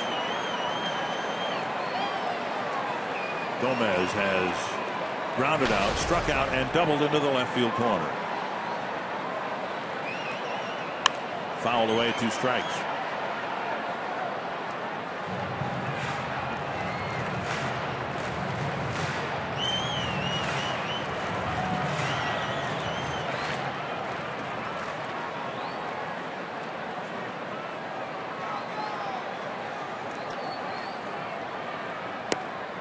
One and 2. Twins are due to send up the middle of their order in the 9th inning. Plouffe, Hunter, and Suzuki. Brewer closer Francisco Rodriguez has been very good again this year. 2 and 2. Just hasn't been given the opportunities. Right. Yeah, he's for 15 for 15 in save opportunities. 2 and 2 to Gomez. Base hit to left. Fein gave up a base hit to the 4 batters he faced in the 8th inning yesterday. The Brewers are stringing things together against him. Yeah, let's talk about the extension of Braun right there. You can see he likes that ball away. Great extension, great power with that uppercut swing, giving the Brewers a 3-1 lead. Could see that Fein missed the target by about a foot. Suzuki set up down and away, and he threw it right down the middle. Here's Lind. Ball 1.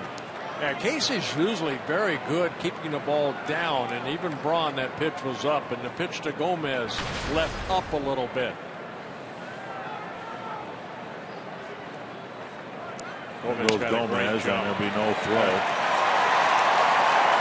Got a great jump off of Fein. Gomez stealing his 7th base in 11 attempts. Boyer giving up a run in the 7th. And Fein so far 2 here in the 8th.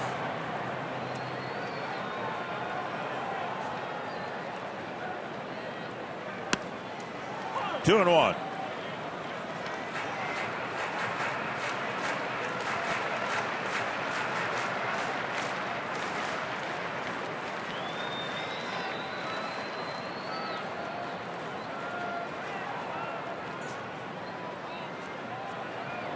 Not a bad move right there, because you know Gomez, if you don't pay attention to him, he may try to steal 3rd.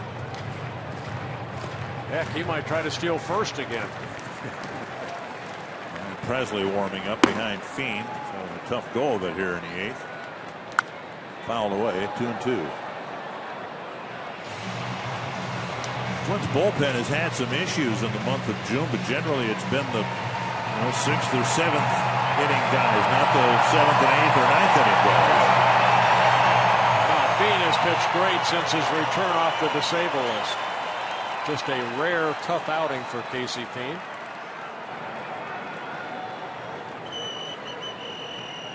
Two and 2 to Lind.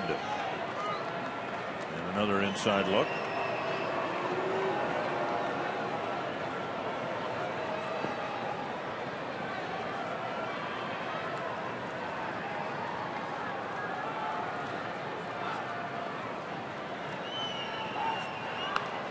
But Gomez is back. Yeah, that was the glove by Santana right there that they tried to get Gomez at second base. Santana trying to keep him close.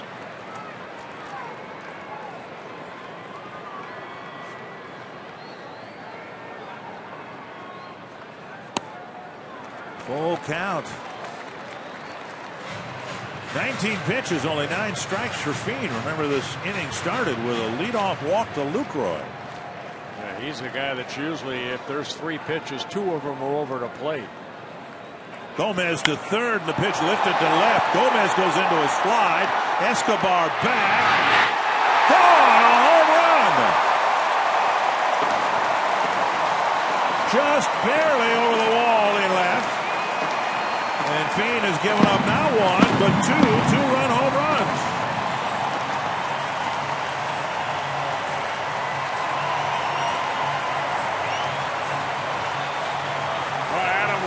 His 11th home run of the year. Taking a fastball the other way, showing some power.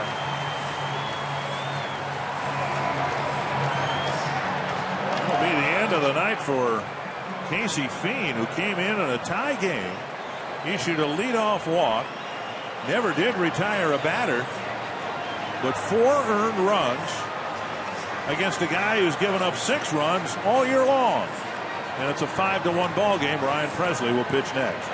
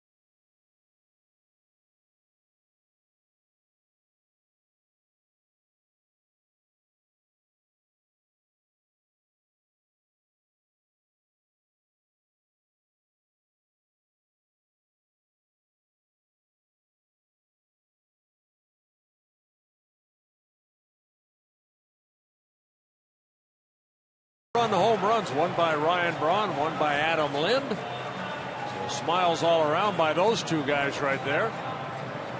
And for the first time really this year, Casey Fein getting beat up a little bit. And that'll bring in Ryan Presley, making his 24th relief appearance, making his first appearance in this 3-game series. Presley last worked on Tuesday against the Chicago White Sox. Ryan making his 24th relief appearance. 1 strike, a foul ball to Gomez.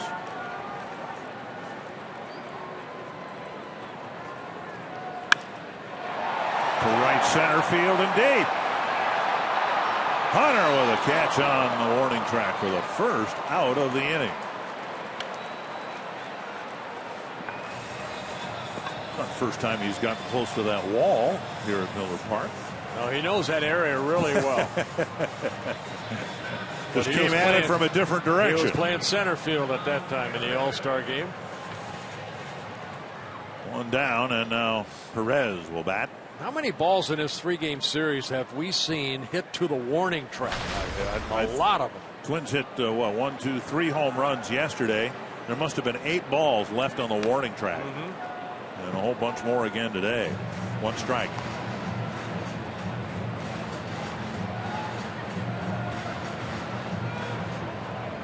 This has been known since it was erected as a great hitter's ballpark. Ball carries, particularly with the roof closed.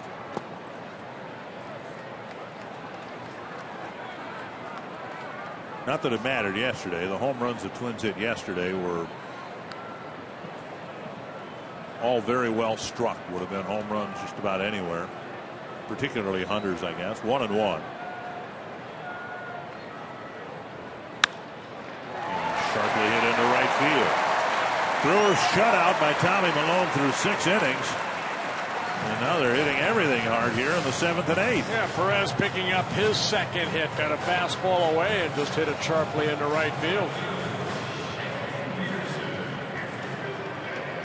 So the Brewers flexing their muscles here in the bottom of the 8th. Shane Peterson will bat.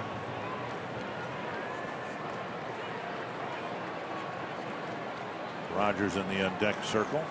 Barring a double play, he'll hit here in the 8th. And we might have a double play. Stepping on the bag, and Peterson beats the relay, 2 down.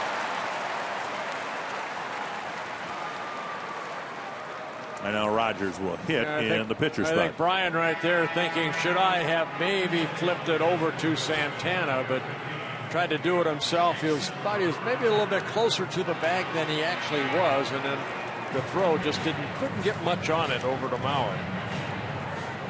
But the Twins do get the second out.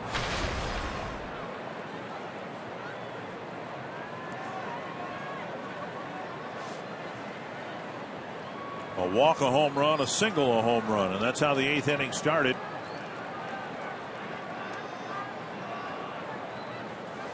Swing and a miss.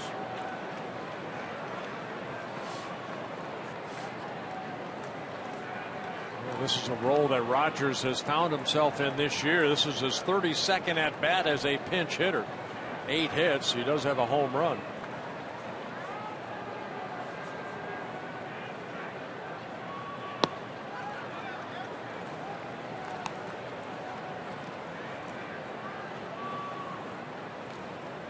One and one.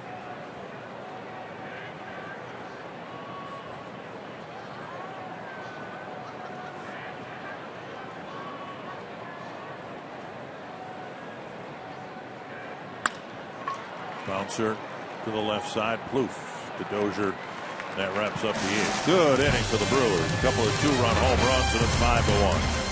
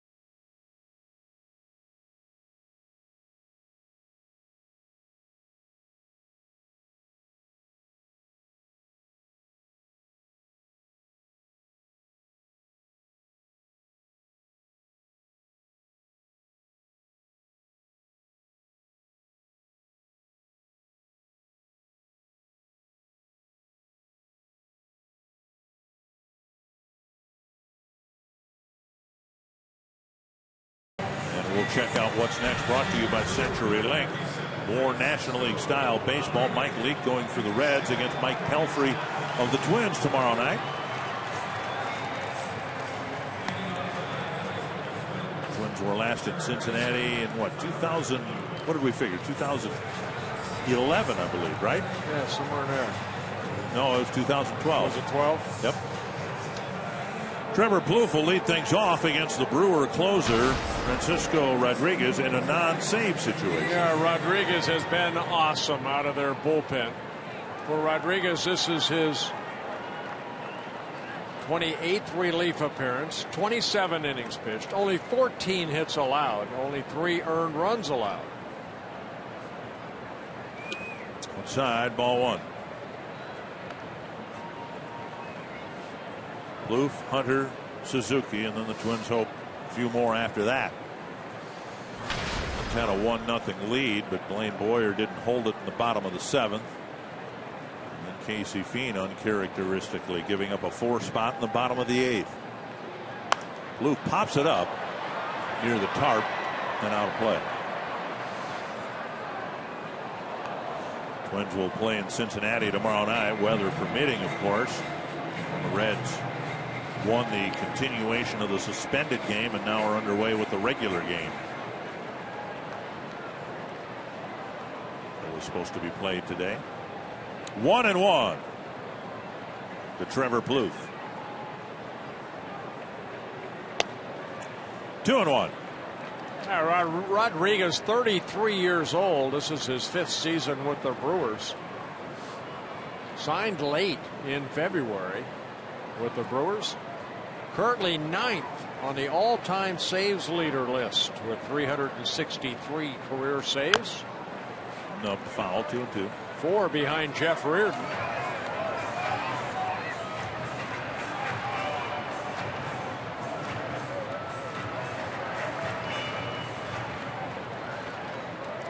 Broke in 2002 when the Angels won the World Series. They got by the Twins in the playoffs and went on to win the World Series. Only pitched in 5 games back then.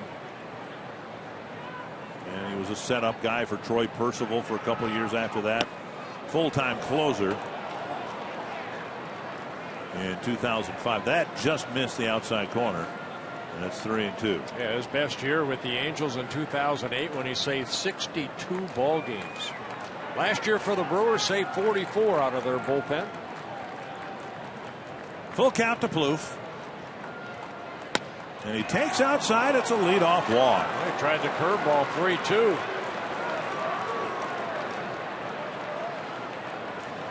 That'll bring up Hunter. Former teammate of Rodriguez's. Or he was just getting his Angel career started when Rodriguez was wrapping up his Angel career.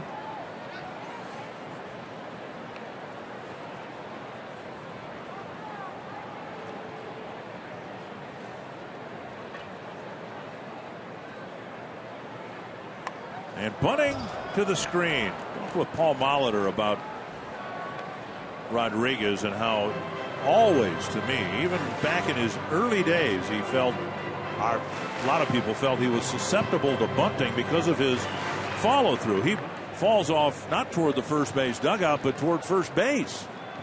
And Paul thought too that the Twins might be able to bunt on Rodriguez. Hunter just tried to do it. No, Perez at third was playing a deep third too.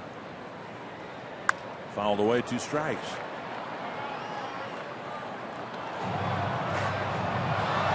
It's the worst possible fielding position a pitcher can put himself in. Well, you know what? There's a guy named Bob Gibson that did the same thing, and he was a pretty good fielder himself. But kind of land on that right foot after you swing it over your left, and then you make the reaction of if there's a ball down that third baseline. 0-2. First foul. He almost ends up with his back toward the hitter after he lets that ball go.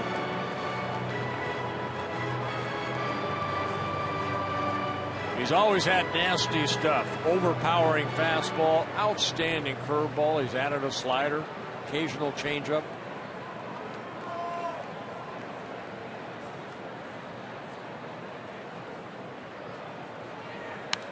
Hold back. Twins would like to get some guys on base, obviously, but they've got the pitcher spot due up here in a few spots, and they do have Kenny Vargas on the bench. So Hunter battling here with 2 strikes. There's Vargas. The batting gloves on already.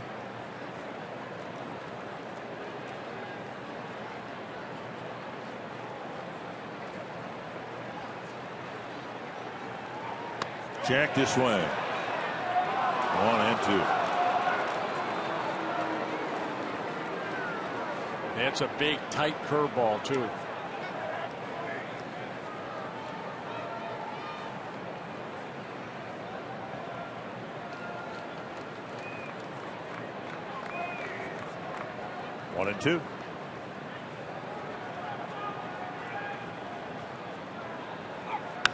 A high fly to left center field.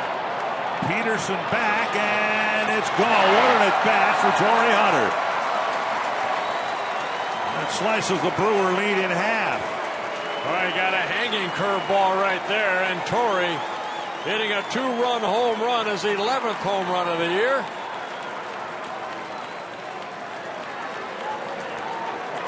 And for Rodriguez, only the 2nd home run he's allowed on the season. This is a hanger. And Torii, who hit 2 home runs in yesterday's ball game, puts the Twins 2 runs closer. Still trailing 5-3. Nobody out. Brewers took their lead on a couple of 2-run home runs. The Twins have one in the bank. They need one more.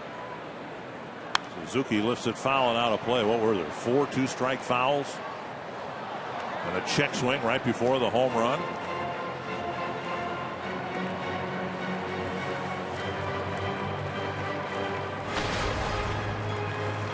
No win today for Tommy Milone, even though he pitched 6 shutout innings, and now the Twins lineup trying to bail out the Twins bullpen that had a rough outing here today.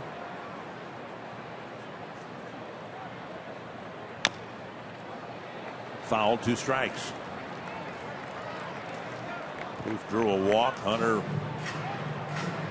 for a lot of 2-strike fouls, clubbing a home run. Not a save situation for Rodriguez, but it would be for anybody else that comes in here in the 9th inning. There's no one warming up. Yeah, you can't pitch yourself into a save situation. Somebody would have thought of that and done that a few times by now, right?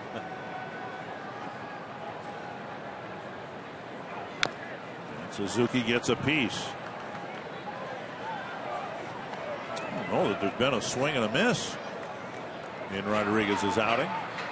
15 pitches, 10 strikes, and Twins have made contact, I think, with every strike. And there's Vargas with the helmet on. We'll have a chance. It's up to Suzuki or Escobar to get on base. Close pitch taken for a ball.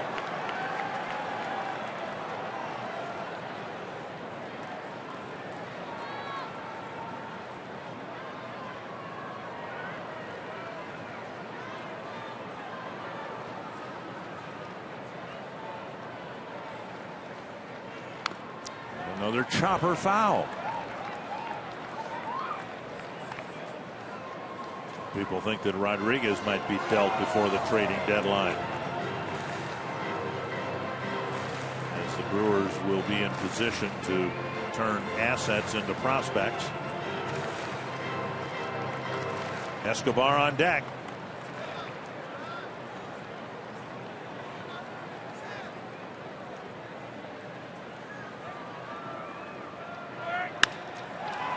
Liner caught by Segura. Suzuki with a great at bat, and he stung the ball within range of the shortstop. Well, he can't hit it any harder right there. Segura has to go to his left to make that line drive catch. So a good at bat by Suzuki, but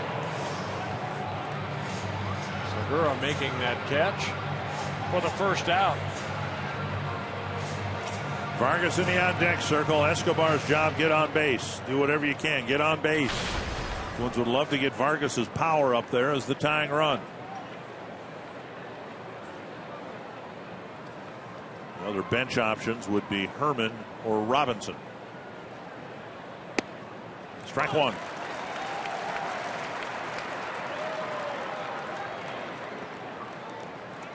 Escobar drove in the first run with a fly ball to left in the 7th inning.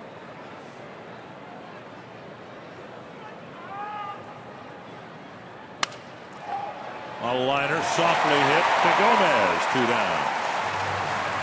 And now Vargas will go back to the dugout since Escobar Suzuki did not reach. And Shane Robinson will try to keep the game alive.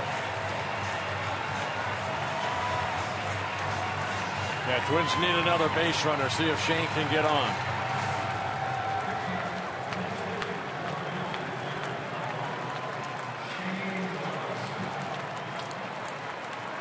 Robinson 1 for 2 as a pinch hitter. He and Chris Herman have the only pinch hits for the Twins this year.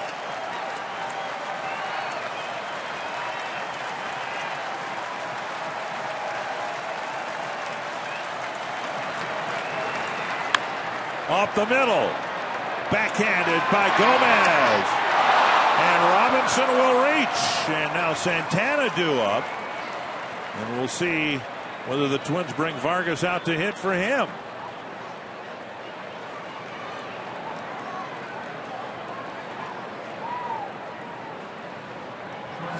Robinson should get credit for a pinch hit, just the third pinch hit. Vargas keeping the helmet on, but the Twins will go with Santana. Now Robinson in his speed.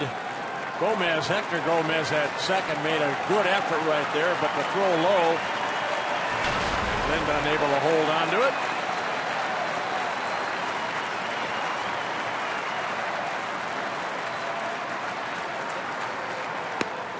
On the outside corner, a strike.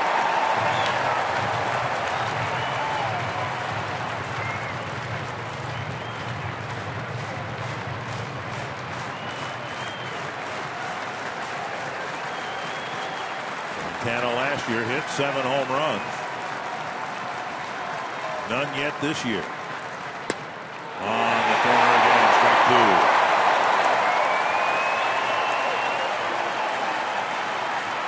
Boy, you saw the frustration of Santana taking that pitch, too. He kind of dropped his head down in disbelief.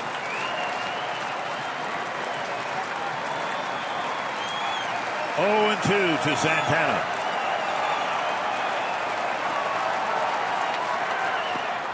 Blocked by Lucroy. If Santana can simply keep the game alive, Dozier is on deck.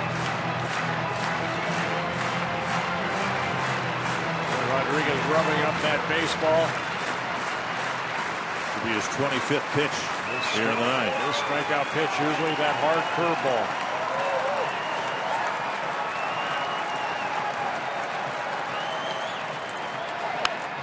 Line foul over the Twins dugout.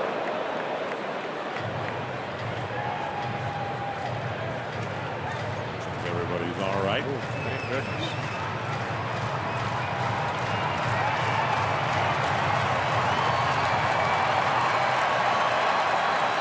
Showing some confidence in Santana. We'll see if he can reward the manager for said confidence. 1 and 2.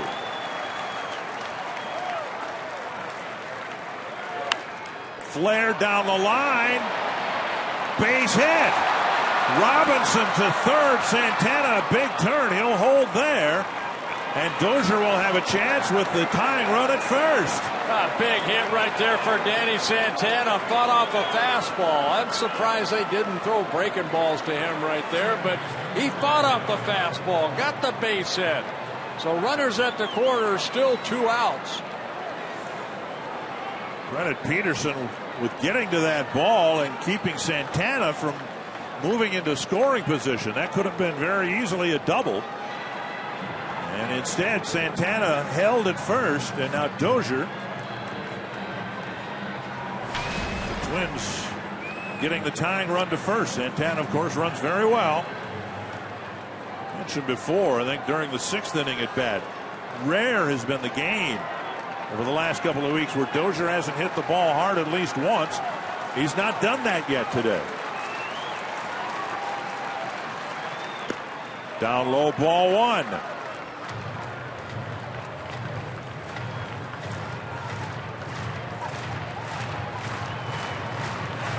Dozier with a check swing ground out in the first, a number to the mound in the third, and a couple of strikeouts.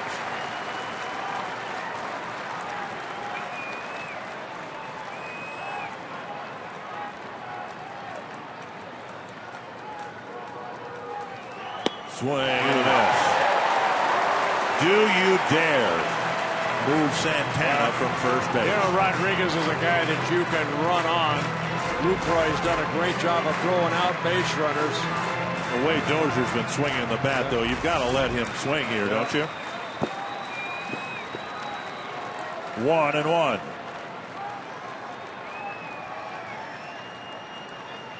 And a throw over. Rodriguez has that high leg kick. He's not going to utilize the slide step any way, shape, or form.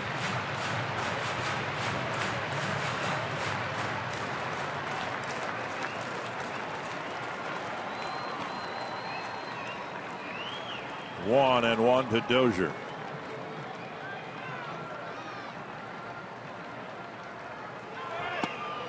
Called strike 1 and 2, and Dozier don't like it.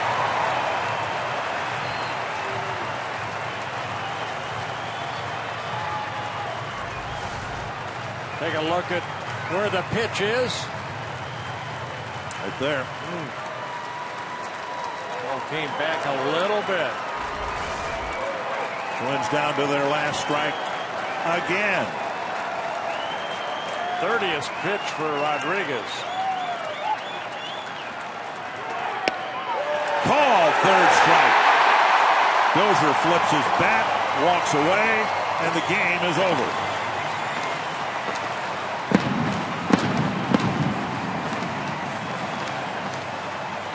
Well, Brian Dozier maybe had one pitch to hit. That curveball low, but this pitch that he has a really good swing at. Swings through it. And then a couple nasty fastballs. We showed you that was a strike for a 1-2 count. And that had a little bit more of the plate. Tom Hanneman, crazy game. No scoring at all for 6 innings. And then a lot of scoring at the end. The Twins come up a couple of runs short, though.